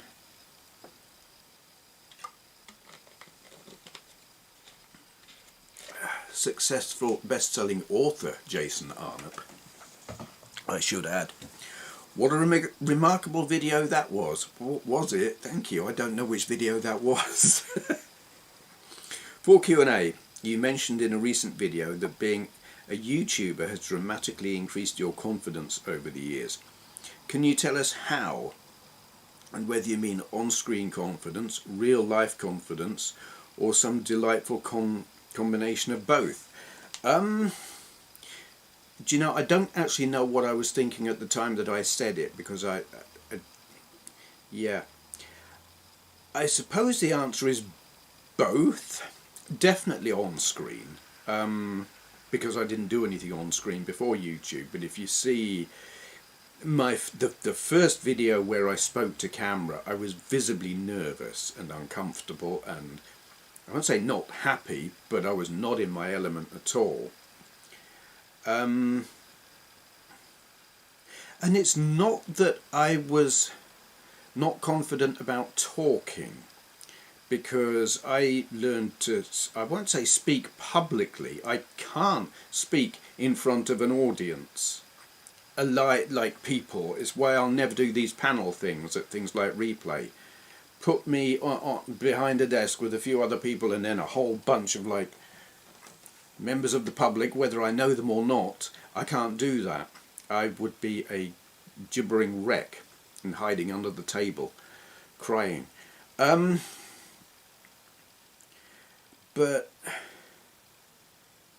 I was always able to talk at length from when I started doing CB radio. It became a habit. But I think what it's done, it's given me the confidence to believe that what I think and say to a certain section of, I don't know, not necessarily society, that there are people who care. There are people who will listen to what I say and be interested, and that boosts your confidence in itself. That you can sit there and go blah and make a complete twat of yourself, and there will be people who will be like, I like this guy. I don't know why. You're all crazy, but just knowing that, getting a positive feedback from viewers is very, very confidence boosting, is good for self-esteem. I don't need YouTube to feel good about myself, but it sure as hell don't hurt. I think that's the thing. And it's when I found this, that you can pretty much do anything on here and you will get an audience. I don't know if that's true anymore, but it certainly was when I started. I used to like forever be saying, you know, do this. If you like this, do this. It's good. You will get an audience, and encourage people to do it. I don't know how easy it is to make a mark anymore because it's so saturated. But yeah, I mean, speaking on camera is just a matter of practice. Not that many people watched my videos back then. Doing it live actually is also kind of good. There's not much difference between doing this live and doing it recorded, except there's no editing to faff about with, and the comments come in more quickly, so I can respond to them in not quite real time, but you know, more quickly. You don't have to wait several days before I reply, and I can reply on camera. And I'm losing my voice. What are people saying?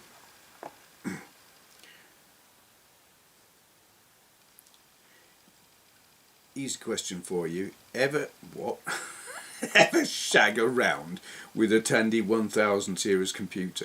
I've never shagged around with any computer, but I know what you mean. I think that word means something different over here. I grew up with the RL. It's basically an MS-DOS computer that acted more like a micro. Short answer, no. Never had one. I don't own any Tandy computers. No, I lie. I've got a Tandy Coco and a Coco 2. But I haven't got any of the original TRS-80s or Tandy 1000. I'm not even sure what that is.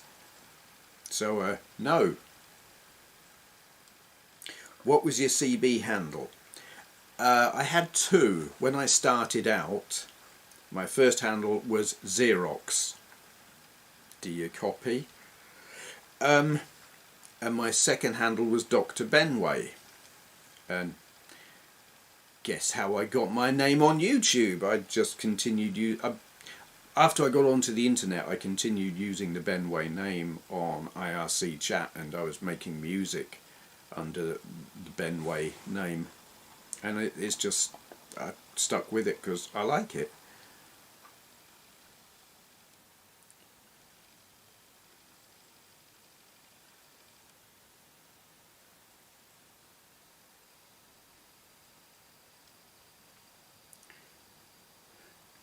Shag isn't bad, it's just I've never used it heard like that. It's a slang term for having sex. No, I've never had sex with a Tandy computer.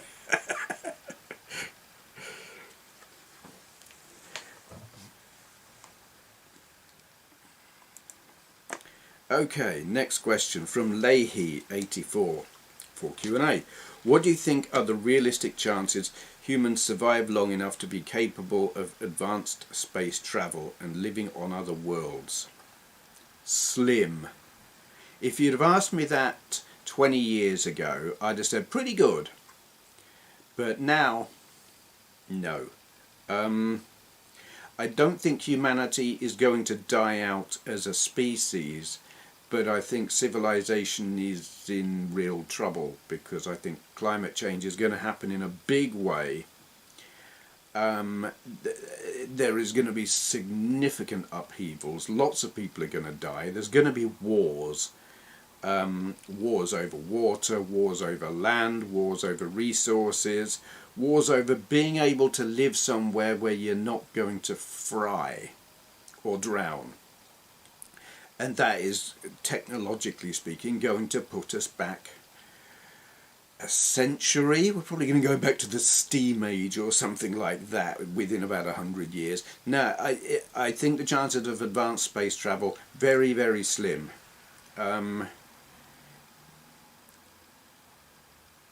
Maybe like 3/4 of humanity is just going to have to die, and then hopefully the people who are left will have the intelligence to build, God, I do not want to use an American political term, build back better, but you know, some kind of level of efficiency or whatnot. But I just don't know. The technology needed is so expensive, and I don't think that kind of economy could be supported by what's left of civilization. So unless there's some kind of alien intervention, and I don't believe that's a probability, no, I think the chances are very, very slim. Mad Max, here we come. Yes, honestly, I think so. I see that as a very, I don't know about probable, but possible. Things are going to get grim, and in our lifetimes. I mean, I've probably got 25 years left in me, and I think by the time I'm in my 70s, it's going to be bad. But I can be a pessimist, so don't pay too much attention to what I think.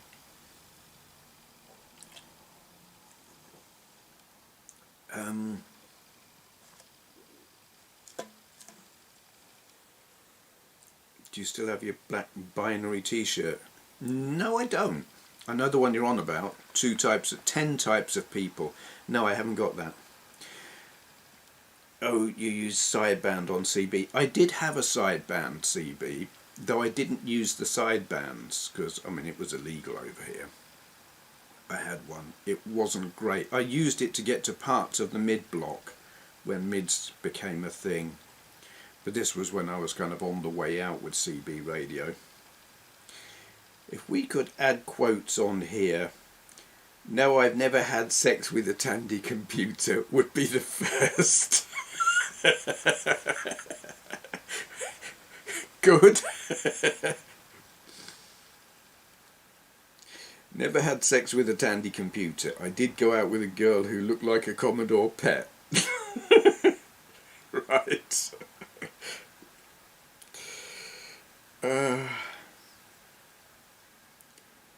Saw that Scottish apocalypse movie the other night. A friend said it was a nice view into Glasgow nightlife. I don't know what film that was. If 1/3 of the population die, would it be a good time to flog my Japanese Saturn collection? I can't answer that.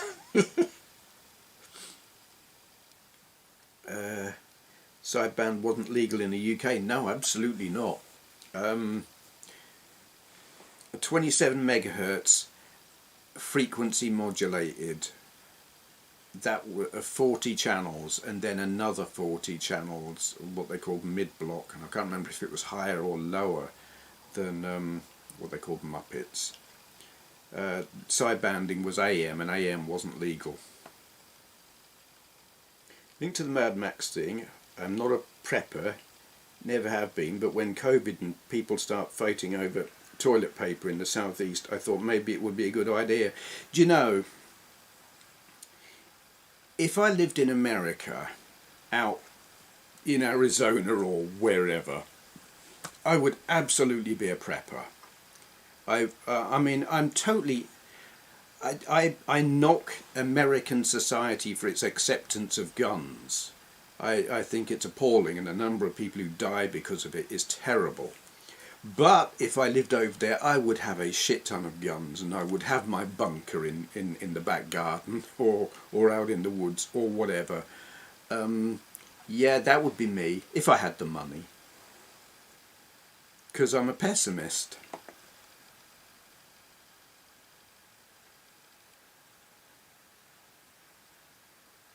The film was called Doomsday.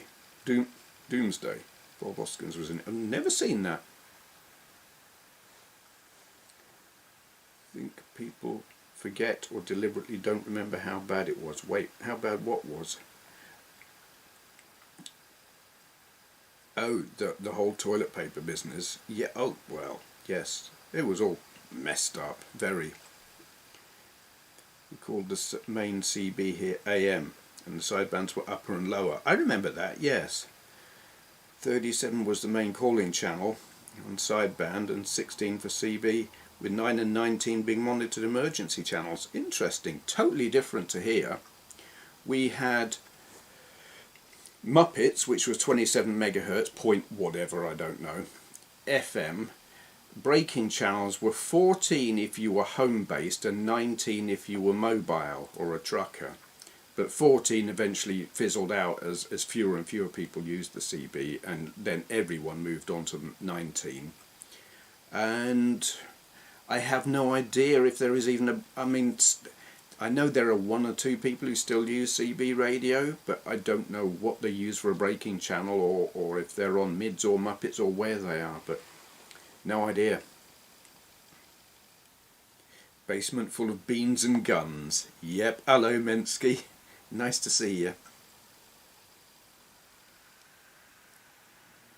NL is part of Canada now, but not always, and we flew the Union Jack as a I'm trying to think actually what NL stands for. I know it, but I can't think. COVID stuff, people showing how very selfish they were very, very quickly. Yes, absolutely. Here, most CBs had a quick switch to instantly switch to channel 9 and 9. Yes, you had the channel 9 switch here. Yes, 9 was the emergency channel here. 19 was the breaking channel. 1.4 for a copy. Yep. Mensky was there in the early days, back when 1.4 was still used by the home-based users and kids. I was about 14, 15 when I got on there, and we still used the 1.4 at that time. Okay, where are we at? We're at the last question. Immersed Robot. For Q&A, with reference to your recent interest in the Quest 2, did you ever try VR in the 90s on those virtuality machines, Dactyl Nightmare, Legend Quest, etc., or perhaps even with some of the PC headsets of that era, Cybermax or the FX1? I recently visited the Retro Computer Museum in my home city of Leicester, and they have a number of virtuality VR pods available to try. I was aware of that actually. I've seen videos of I think it was Tristobytes went there and had a go, and others. It was a very interesting experience, and the latest video on my channel briefly covers this visit. Not a plug, just a point of interest. And a plug. This is another of those where it's a very cool and detailed question, and my answer is simply no. And now I have to think of something else to say on that. I was aware of the virtuality machines way back when they were a thing. They used Amiga 3000s, so 25 megahertz 68030s, which is like super mega underpowered for trying to draw 3D polygon graphics onto 2 screens. And so they didn't have great frame rates, and latency and lag was a thing, and people felt sick, understandably, I guess. But I would have loved to have tried one. I don't know what I would think if I tried one now. But no, I never used one. I mean, the size of the headsets is kind of frightening when you think about it, compared with what we've got now. And I mean, this Quest 2 is a big, chunky, hefty thing, and quite uncomfortable. But it's tiny compared to what the virtuality things were. I do look forward to when they're able to miniaturize them, and all technology gets miniaturized. So when they can, you can, VR glasses, not much bigger than these. It'll happen. They're going to be a bit thicker, but give me those. That'll be good.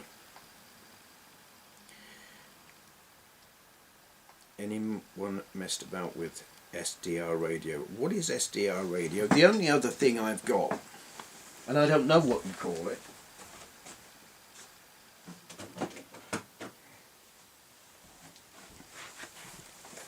I've got one of these, which I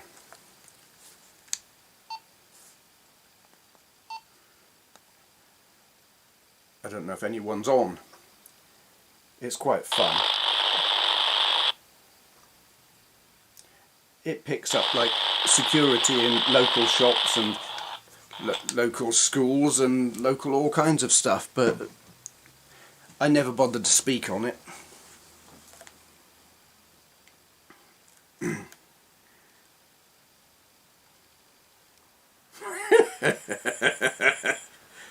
1990s VR, 1 frame per month and less polygons than Katie Hopkins' face. God.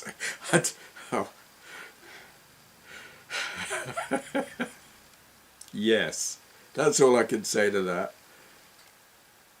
Often think about the TV program Nightmare while playing Skyrim and thinking about Maria Whittaker from the Barbarian poster. Well, yeah, that was a poster and a half. I never watched Nightmare, but I do know the poster you're on about.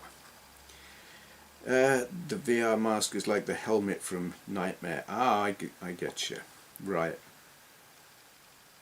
I never watched it. I can remember going to the Trocadero in Leicester Square to try out the VR. Never went there. Psychiatrist once told me that my upbringing shags up your way of seeing the world. The technical use of the term. Yeah, very technical. Well, I mean, I don't know about your upbringing, but it's absolutely true that the way you are brought up totally affects your perspective and how you view the world. So, yeah, they weren't wrong. So if your upbringing was bad, you'll view the world as being, well, I don't know what. I won't speculate. My upbringing was not great, and that's probably a big factor in why I'm really quite cynical. And I think if things can go wrong, they will go wrong. And it's not always true.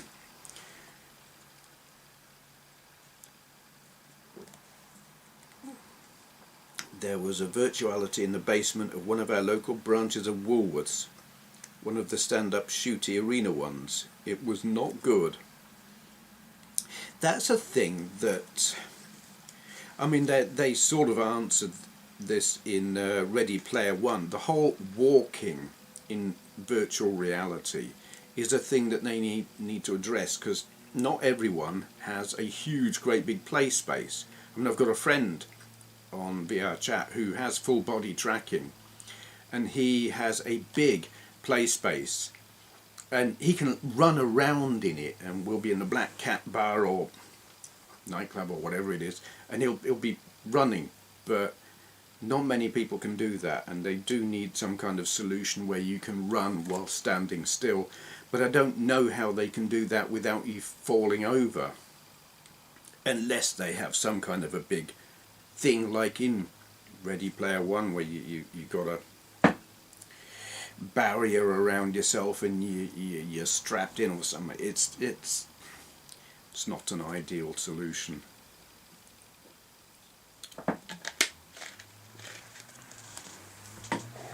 Which is why I just stay sitting and use the controllers to move around.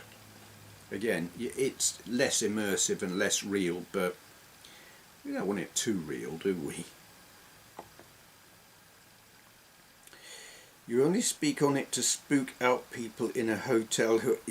You have a good memory.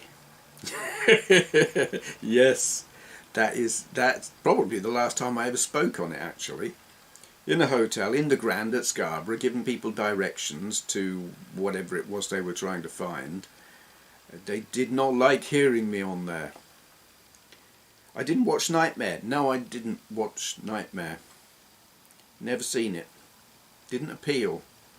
It seemed contrived, the little bit that I saw of it. He was an army medic with a colourful turn of phrase. Who was? Okay, I don't know what that's in reference to. If they bought out a good VR headset that was a replica of the Nightmare helmet, it would fly off the shelves. I don't know. Lawnmower Man was cool 90s movie about VR. I thought it was a pretty bad movie about VR. I did watch it. I kind of liked the visual effects, but I don't know that it was a good film. The Matrix method of VR is probably where it will lead, plugged straight into your loaf. Well, yes, I know that's what the likes of Zuckerberg are aiming for. I don't know how viable that is. Once upon a time I was said they'll never do it.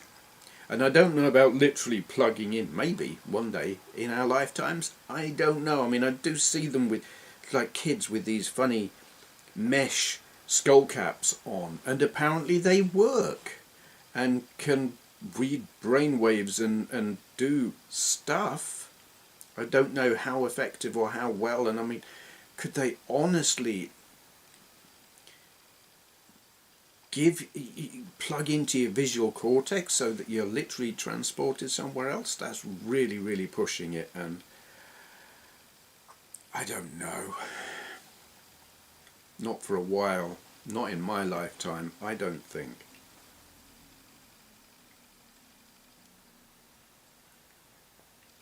Ah, I gotcha. Army medic. Right, yeah. What a bad day to sleep in. You missed 2 hours. Hello, Jolie. Yeah, you slept in. You've missed me answer at least 2 of your questions, because I've been answering my backlog of Q&A questions. And I've answered at least 2 of yours, maybe 3. So if you want to see the answers to your questions, watch the recording after the stream has finished, because I always keep them like archived, so you'll be able to watch. Nice to see you, by the way. I went to a PC show a few years back, and they had this little circular convex area you could run on with a safety rail around it. I think you had to wear special slippery shoes. Yes, I know exactly the thing you're talking about, and they kind of have something similar to that in Ready Player One. Yeah, and that has been the most viable solution I've seen. I don't entirely like it, but it sort of works. But then having to hold your hands out to hold on to the bar kind of takes away your control of a lot of stuff. Like if you're running in a combat situation, well, you want to be holding your gun, not holding a bar. So in that way, that sort of doesn't work. Did you already discuss your new format, by the way? Yes, I did, but I'll tell you again. And it is the purpose of this stream, is to clear my backlog of the Q&A questions, because I'm not going to be doing the double header videos anymore where you start out with the gameplay and end with the Q&A. I've got a stash of recorded gameplay videos, and I'll upload those over the coming weeks as standalone gameplays with no Q&A. Because I found that format, while it gets more views than just standalone gameplays, it became a lot of work, and I'd stopped enjoying it. So I'm not doing those anymore, and I'm not going to build another stockpile of gameplay videos, or I might on occasion if I feel like it, but mainly this channel I'm going to use for doing this, streaming. And it might be I'll sit and talk to the camera, or it might be I'll be sitting playing VR, or it might be I'll be pointing my camera at me telly and playing a game. I don't know. But streaming, I'm finding I'm enjoying that more than recording and editing videos. I found that to be very time consuming, and I would rather be doing other things. And also when I stream, you get more content. You get hours of me going blah, where if I make a pre-recorded video, I've spent hours on it, but you get maybe 10 or 20 minutes. So this is how it's going to be, streaming.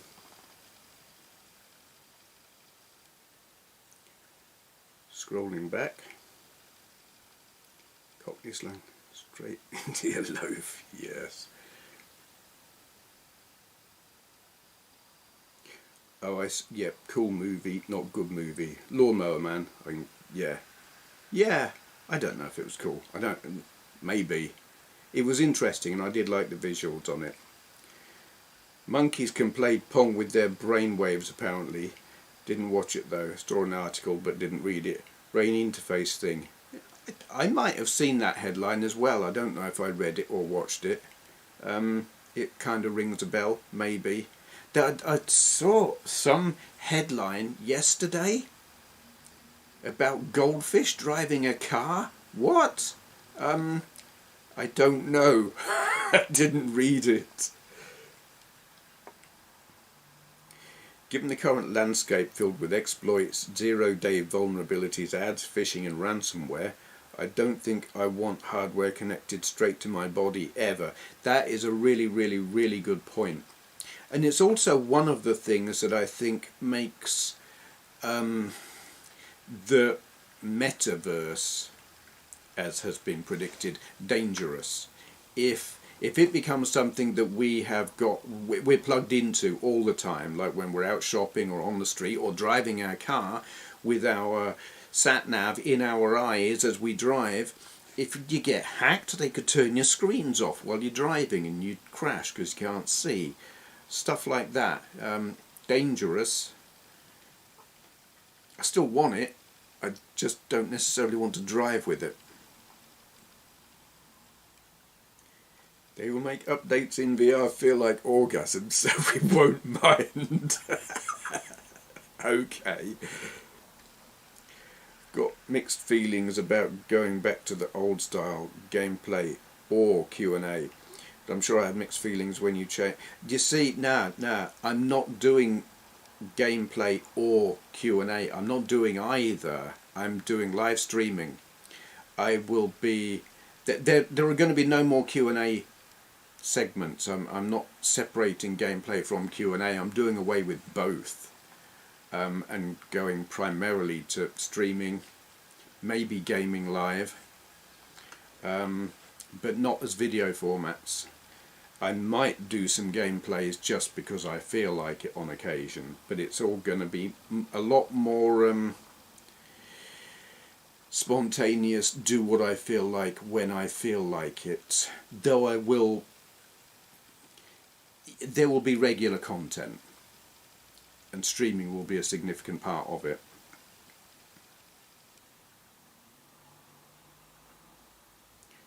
As long as I get to hear you go blah, I don't mind how you do it. Thank you. Having to edit a whole bunch of recorded footage into episodes definitely feels pretty good. Completely agree. Cool, thank you. Yeah, the editing, I don't mind the technical aspect of it. I like messing around with computers, but I found very often I was just feeling pressed for time. It's like I'd get up in the morning knowing I've got to make a video today because I'm going to work tomorrow or whatever, and I won't have time to do it then. So it was this, get all the practical stuff done, like get showered, go shopping, do all of that stuff, then record a video, then edit a video, then upload a video and all the details on YouTube and everything before going to Joe's in the evening, and it made the whole day kind of pressurized and wasn't fun. And I thought, having done a few streams just recently and thoroughly enjoyed it, and there having been none of that pressure, it's just like, oh, I feel like doing that, I'll do that now.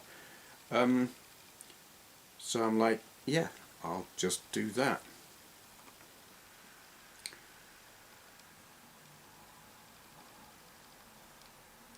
Yeah, the streams will be gaming, and I mean, the thing about the gaming, there will be potentially streams like this where actually I won't be responding to pre-written questions. I'll just fire up the camera, and whoever's there, I'll sit and talk to, because that's always fun. Well, I enjoy it. I can't speak for anyone else. But when I do gameplay videos, I also get to talk to you, and you get to talk to me. So in that way, you kind of get the best of both worlds. There is the gaming and the conversation. So it should work. And I've got to be honest, I get more views when I do a stream. They tend to perform better than if I'd done a pre-recorded video. Sometimes, quite often, usually. Something. There might have been a sentence in there somewhere. What's your other channel for, Steve? I saw it last night but didn't click on it yet. Which channel? I've got a lot of channels. The other... I have got this one, you know about. I've got Benway's World, which is stuff that I do that isn't gaming related. It's like if I go on holiday, I'll put holiday videos or driving videos, or just feel like talking about whatever, that goes on there. I've got another channel called Playing Android Badly, which I haven't uploaded to in years, and it's totally on hiatus, defunct, whatever, discontinued. The content is still there, but I don't upload to it anymore. I have got Isambard Montague III, who I also don't upload to anymore. That is puppet-based political satire. And I have got Cat Likes Beer, which is my VR chat-based cat, which is a bit of nonsense.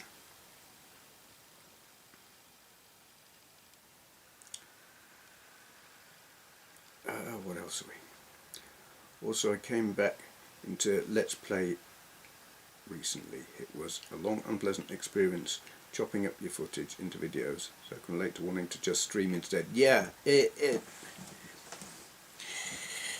it's hard work. From a retro standpoint, you can't have many boxes left to tick. Do you mean in terms of what systems I've got, or videos that I could make? It does feel that way. I mean, I have scratched that itch, and I mean, I've got lots and lots and lots of games that I could make videos of, but I just don't feel like it.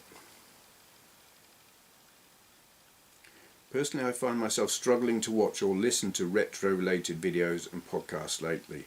So, only so many times you can watch the same games reviewed or hear the same stories. Yeah, that is absolutely it. I've kind of stepped away from the whole retro scene because it really is a case of been there, done that, seen that, heard that, bought the t-shirt, eaten the book. And also on YouTube,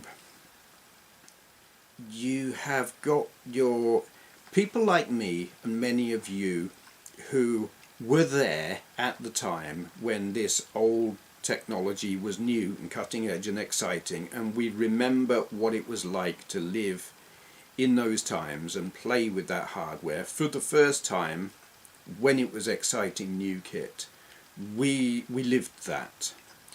And then you've got a new generation of YouTuber whose knowledge is gained on the subject from research, from watching YouTube, from reading Wikipedia, from reading articles in books and magazines and whatever. But all of their knowledge is done through research, and it might be accurate or it might not, but it's not first hand, it's second hand. And I personally don't care how slick their presentation is. It could be really slick, and the kids today may enjoy watching it, but I'm just like, I don't care. That is ultimately where I'm at with an awful lot of retro stuff on YouTube at the moment.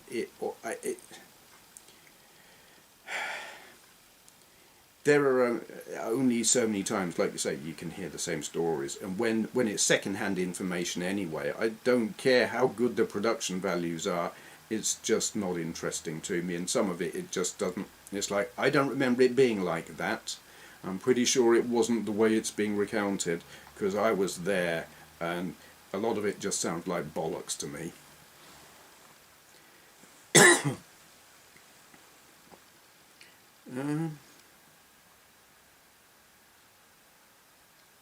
Would be nice if one could merge the content of multiple channels together. That doesn't work in terms of getting the right audience. It definitely pays to keep everything separate, because you'll have some people who will subscribe for the retro games, you'll have some subscribe for the Android games, you'll have some subscribe for the political satire, you'll have some subscribe for the meowing drunken cat.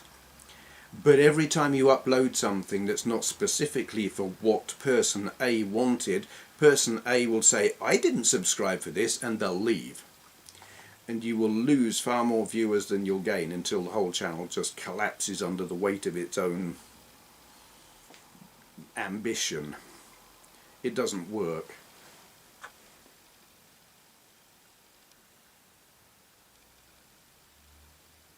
Bear with me, folks. Bathroom break. Back in a moment. Talk among yourselves.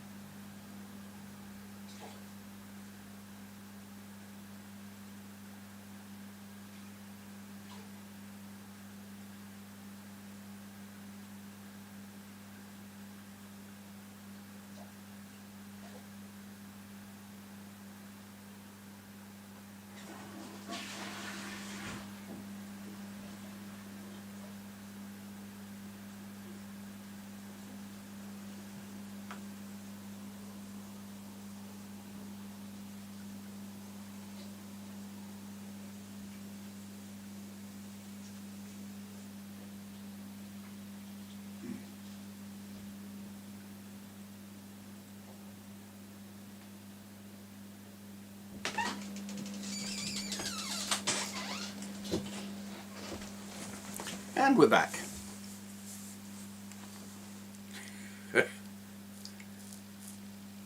Scrolling back a little bit. I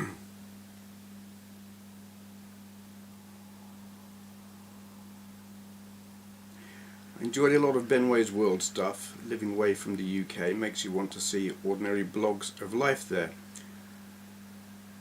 I'm from Durham, so I often went on family holidays to Scarborough. Love Scarborough. Wonderful place. People who aren't old enough thinking the video game crash happened, or that the NES was remotely a thing in the UK. Yeah, exactly. That. The video game crash in the UK was not a thing. I mean, okay, after a while you couldn't buy a ColecoVision or a Vectrex, and Atari games were selling for £7 in the bargain bin, or even £2 in the bargain bin, but you were never not able to get gaming stuff, kit, Spectrums and ZX81s came out, and 8-bit gaming was flourishing. It was doing really, really well. We just moved away from consoles onto computers, so there was no crash. Gaming in the UK never died, and the NES was always a piece of crap. and no one in their right mind cared about it. And those who disagree with me,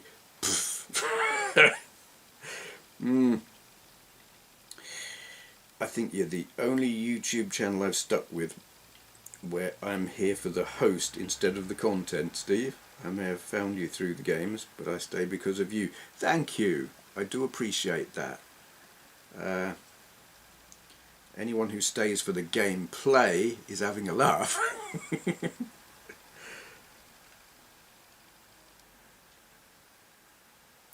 Oh, Mick Berry had a NES. You have my sympathy. I mean, that will be an age thing. You must be a little bit younger. So that will have been the best gaming thing around at that time. And I mean, they did play games that you couldn't play on your Commodore 64 or your Spectrum, but they cost 30 quid. And so, for someone my age at that time, I was 20 or thereabouts when the NES was a thing in the shops, and it was like, oh, I'm not paying that much for one of them, that's silly.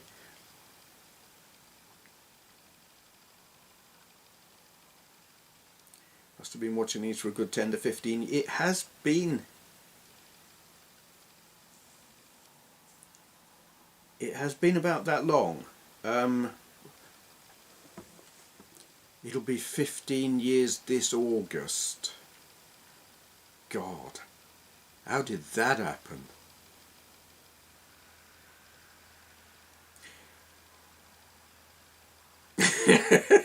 We didn't have a crash, we didn't have enough money to buy all the games, but blank tapes, no problem at all. Yes, absolutely. Though saying that, blank tapes were not a solution for me because I had an Acorn Electron, and I only knew one other person who had one, and we weren't really on good terms by then, so I didn't get to copy them.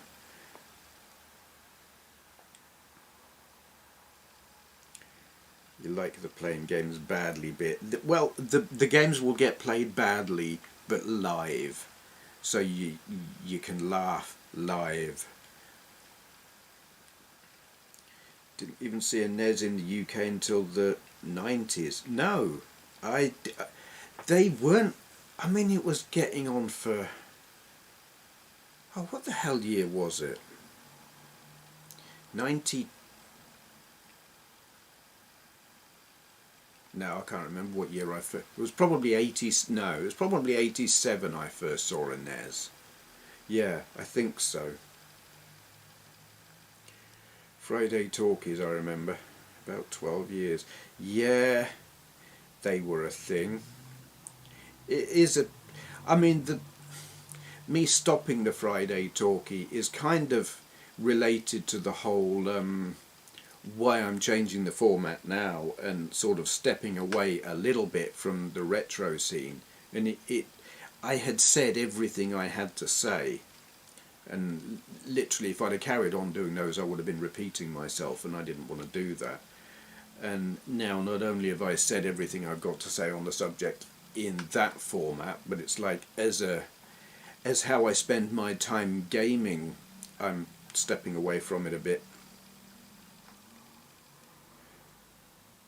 40 years young, did have a 2600 before the NES, so I'm classically trained. Glad to hear it. 40, my goodness, I remember being 40, you young whippersnapper. I liked it. Being 53 is actually really good in terms of, I would say remembering stuff, but memory actually kind of goes out the window a little bit, but a certain level of self-assurance that comes with age. Physically, God almighty, I'm a wreck.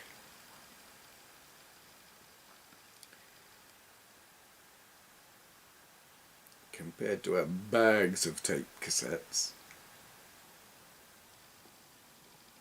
NES versus C64. Love it when you say badly. Why? It's just me playing the games badly, so you can see what it looks like. Yeah, the change in tone, or the emphasis on it, is really deliberate in the intro sequence. That brief pause for emphasis. It's not an accident. It reminds me of Jeremy Clarkson's In the World. I am unaware of that.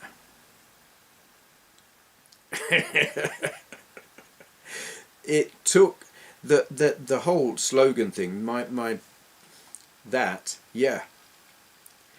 it took, I'd been saying it in the videos as I recorded them, and like variations of it for ages, and people started saying, you know, save yourself some bother, just pre-record an intro. So I did, and that, oh, I see, the pause, I've never seen, I'm not familiar with that, though I like Jeremy Clarkson. He is an utter dick, but I find him incredibly entertaining, probably because he's an utter dick. He's an embarrassment to the nation, but he's also a national treasure. Polished turd, perhaps, I don't know, but he's very entertaining. Okay, I'm going to have to stop because I'm losing my voice, and I don't want to lose my voice. I'm getting a sore throat and all of that, so I'm going to call it a day. Benway channel intro music is cool. I made that music. All the music on any of my channels where there is an intro tune or an outro tune, I made that music.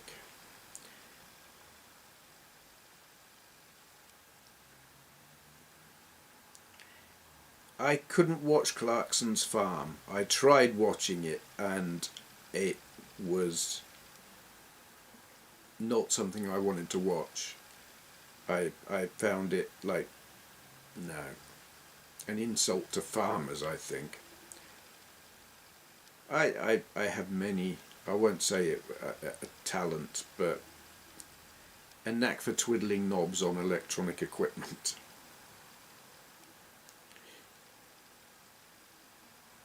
Thank you all for joining and being good company and always a great audience, and it's fun, and we will do this again because, well, this is it. This is the channel from now on, is live for the most part. I'll still be uploading my the stockpile of gameplay videos that I've got as standalone videos.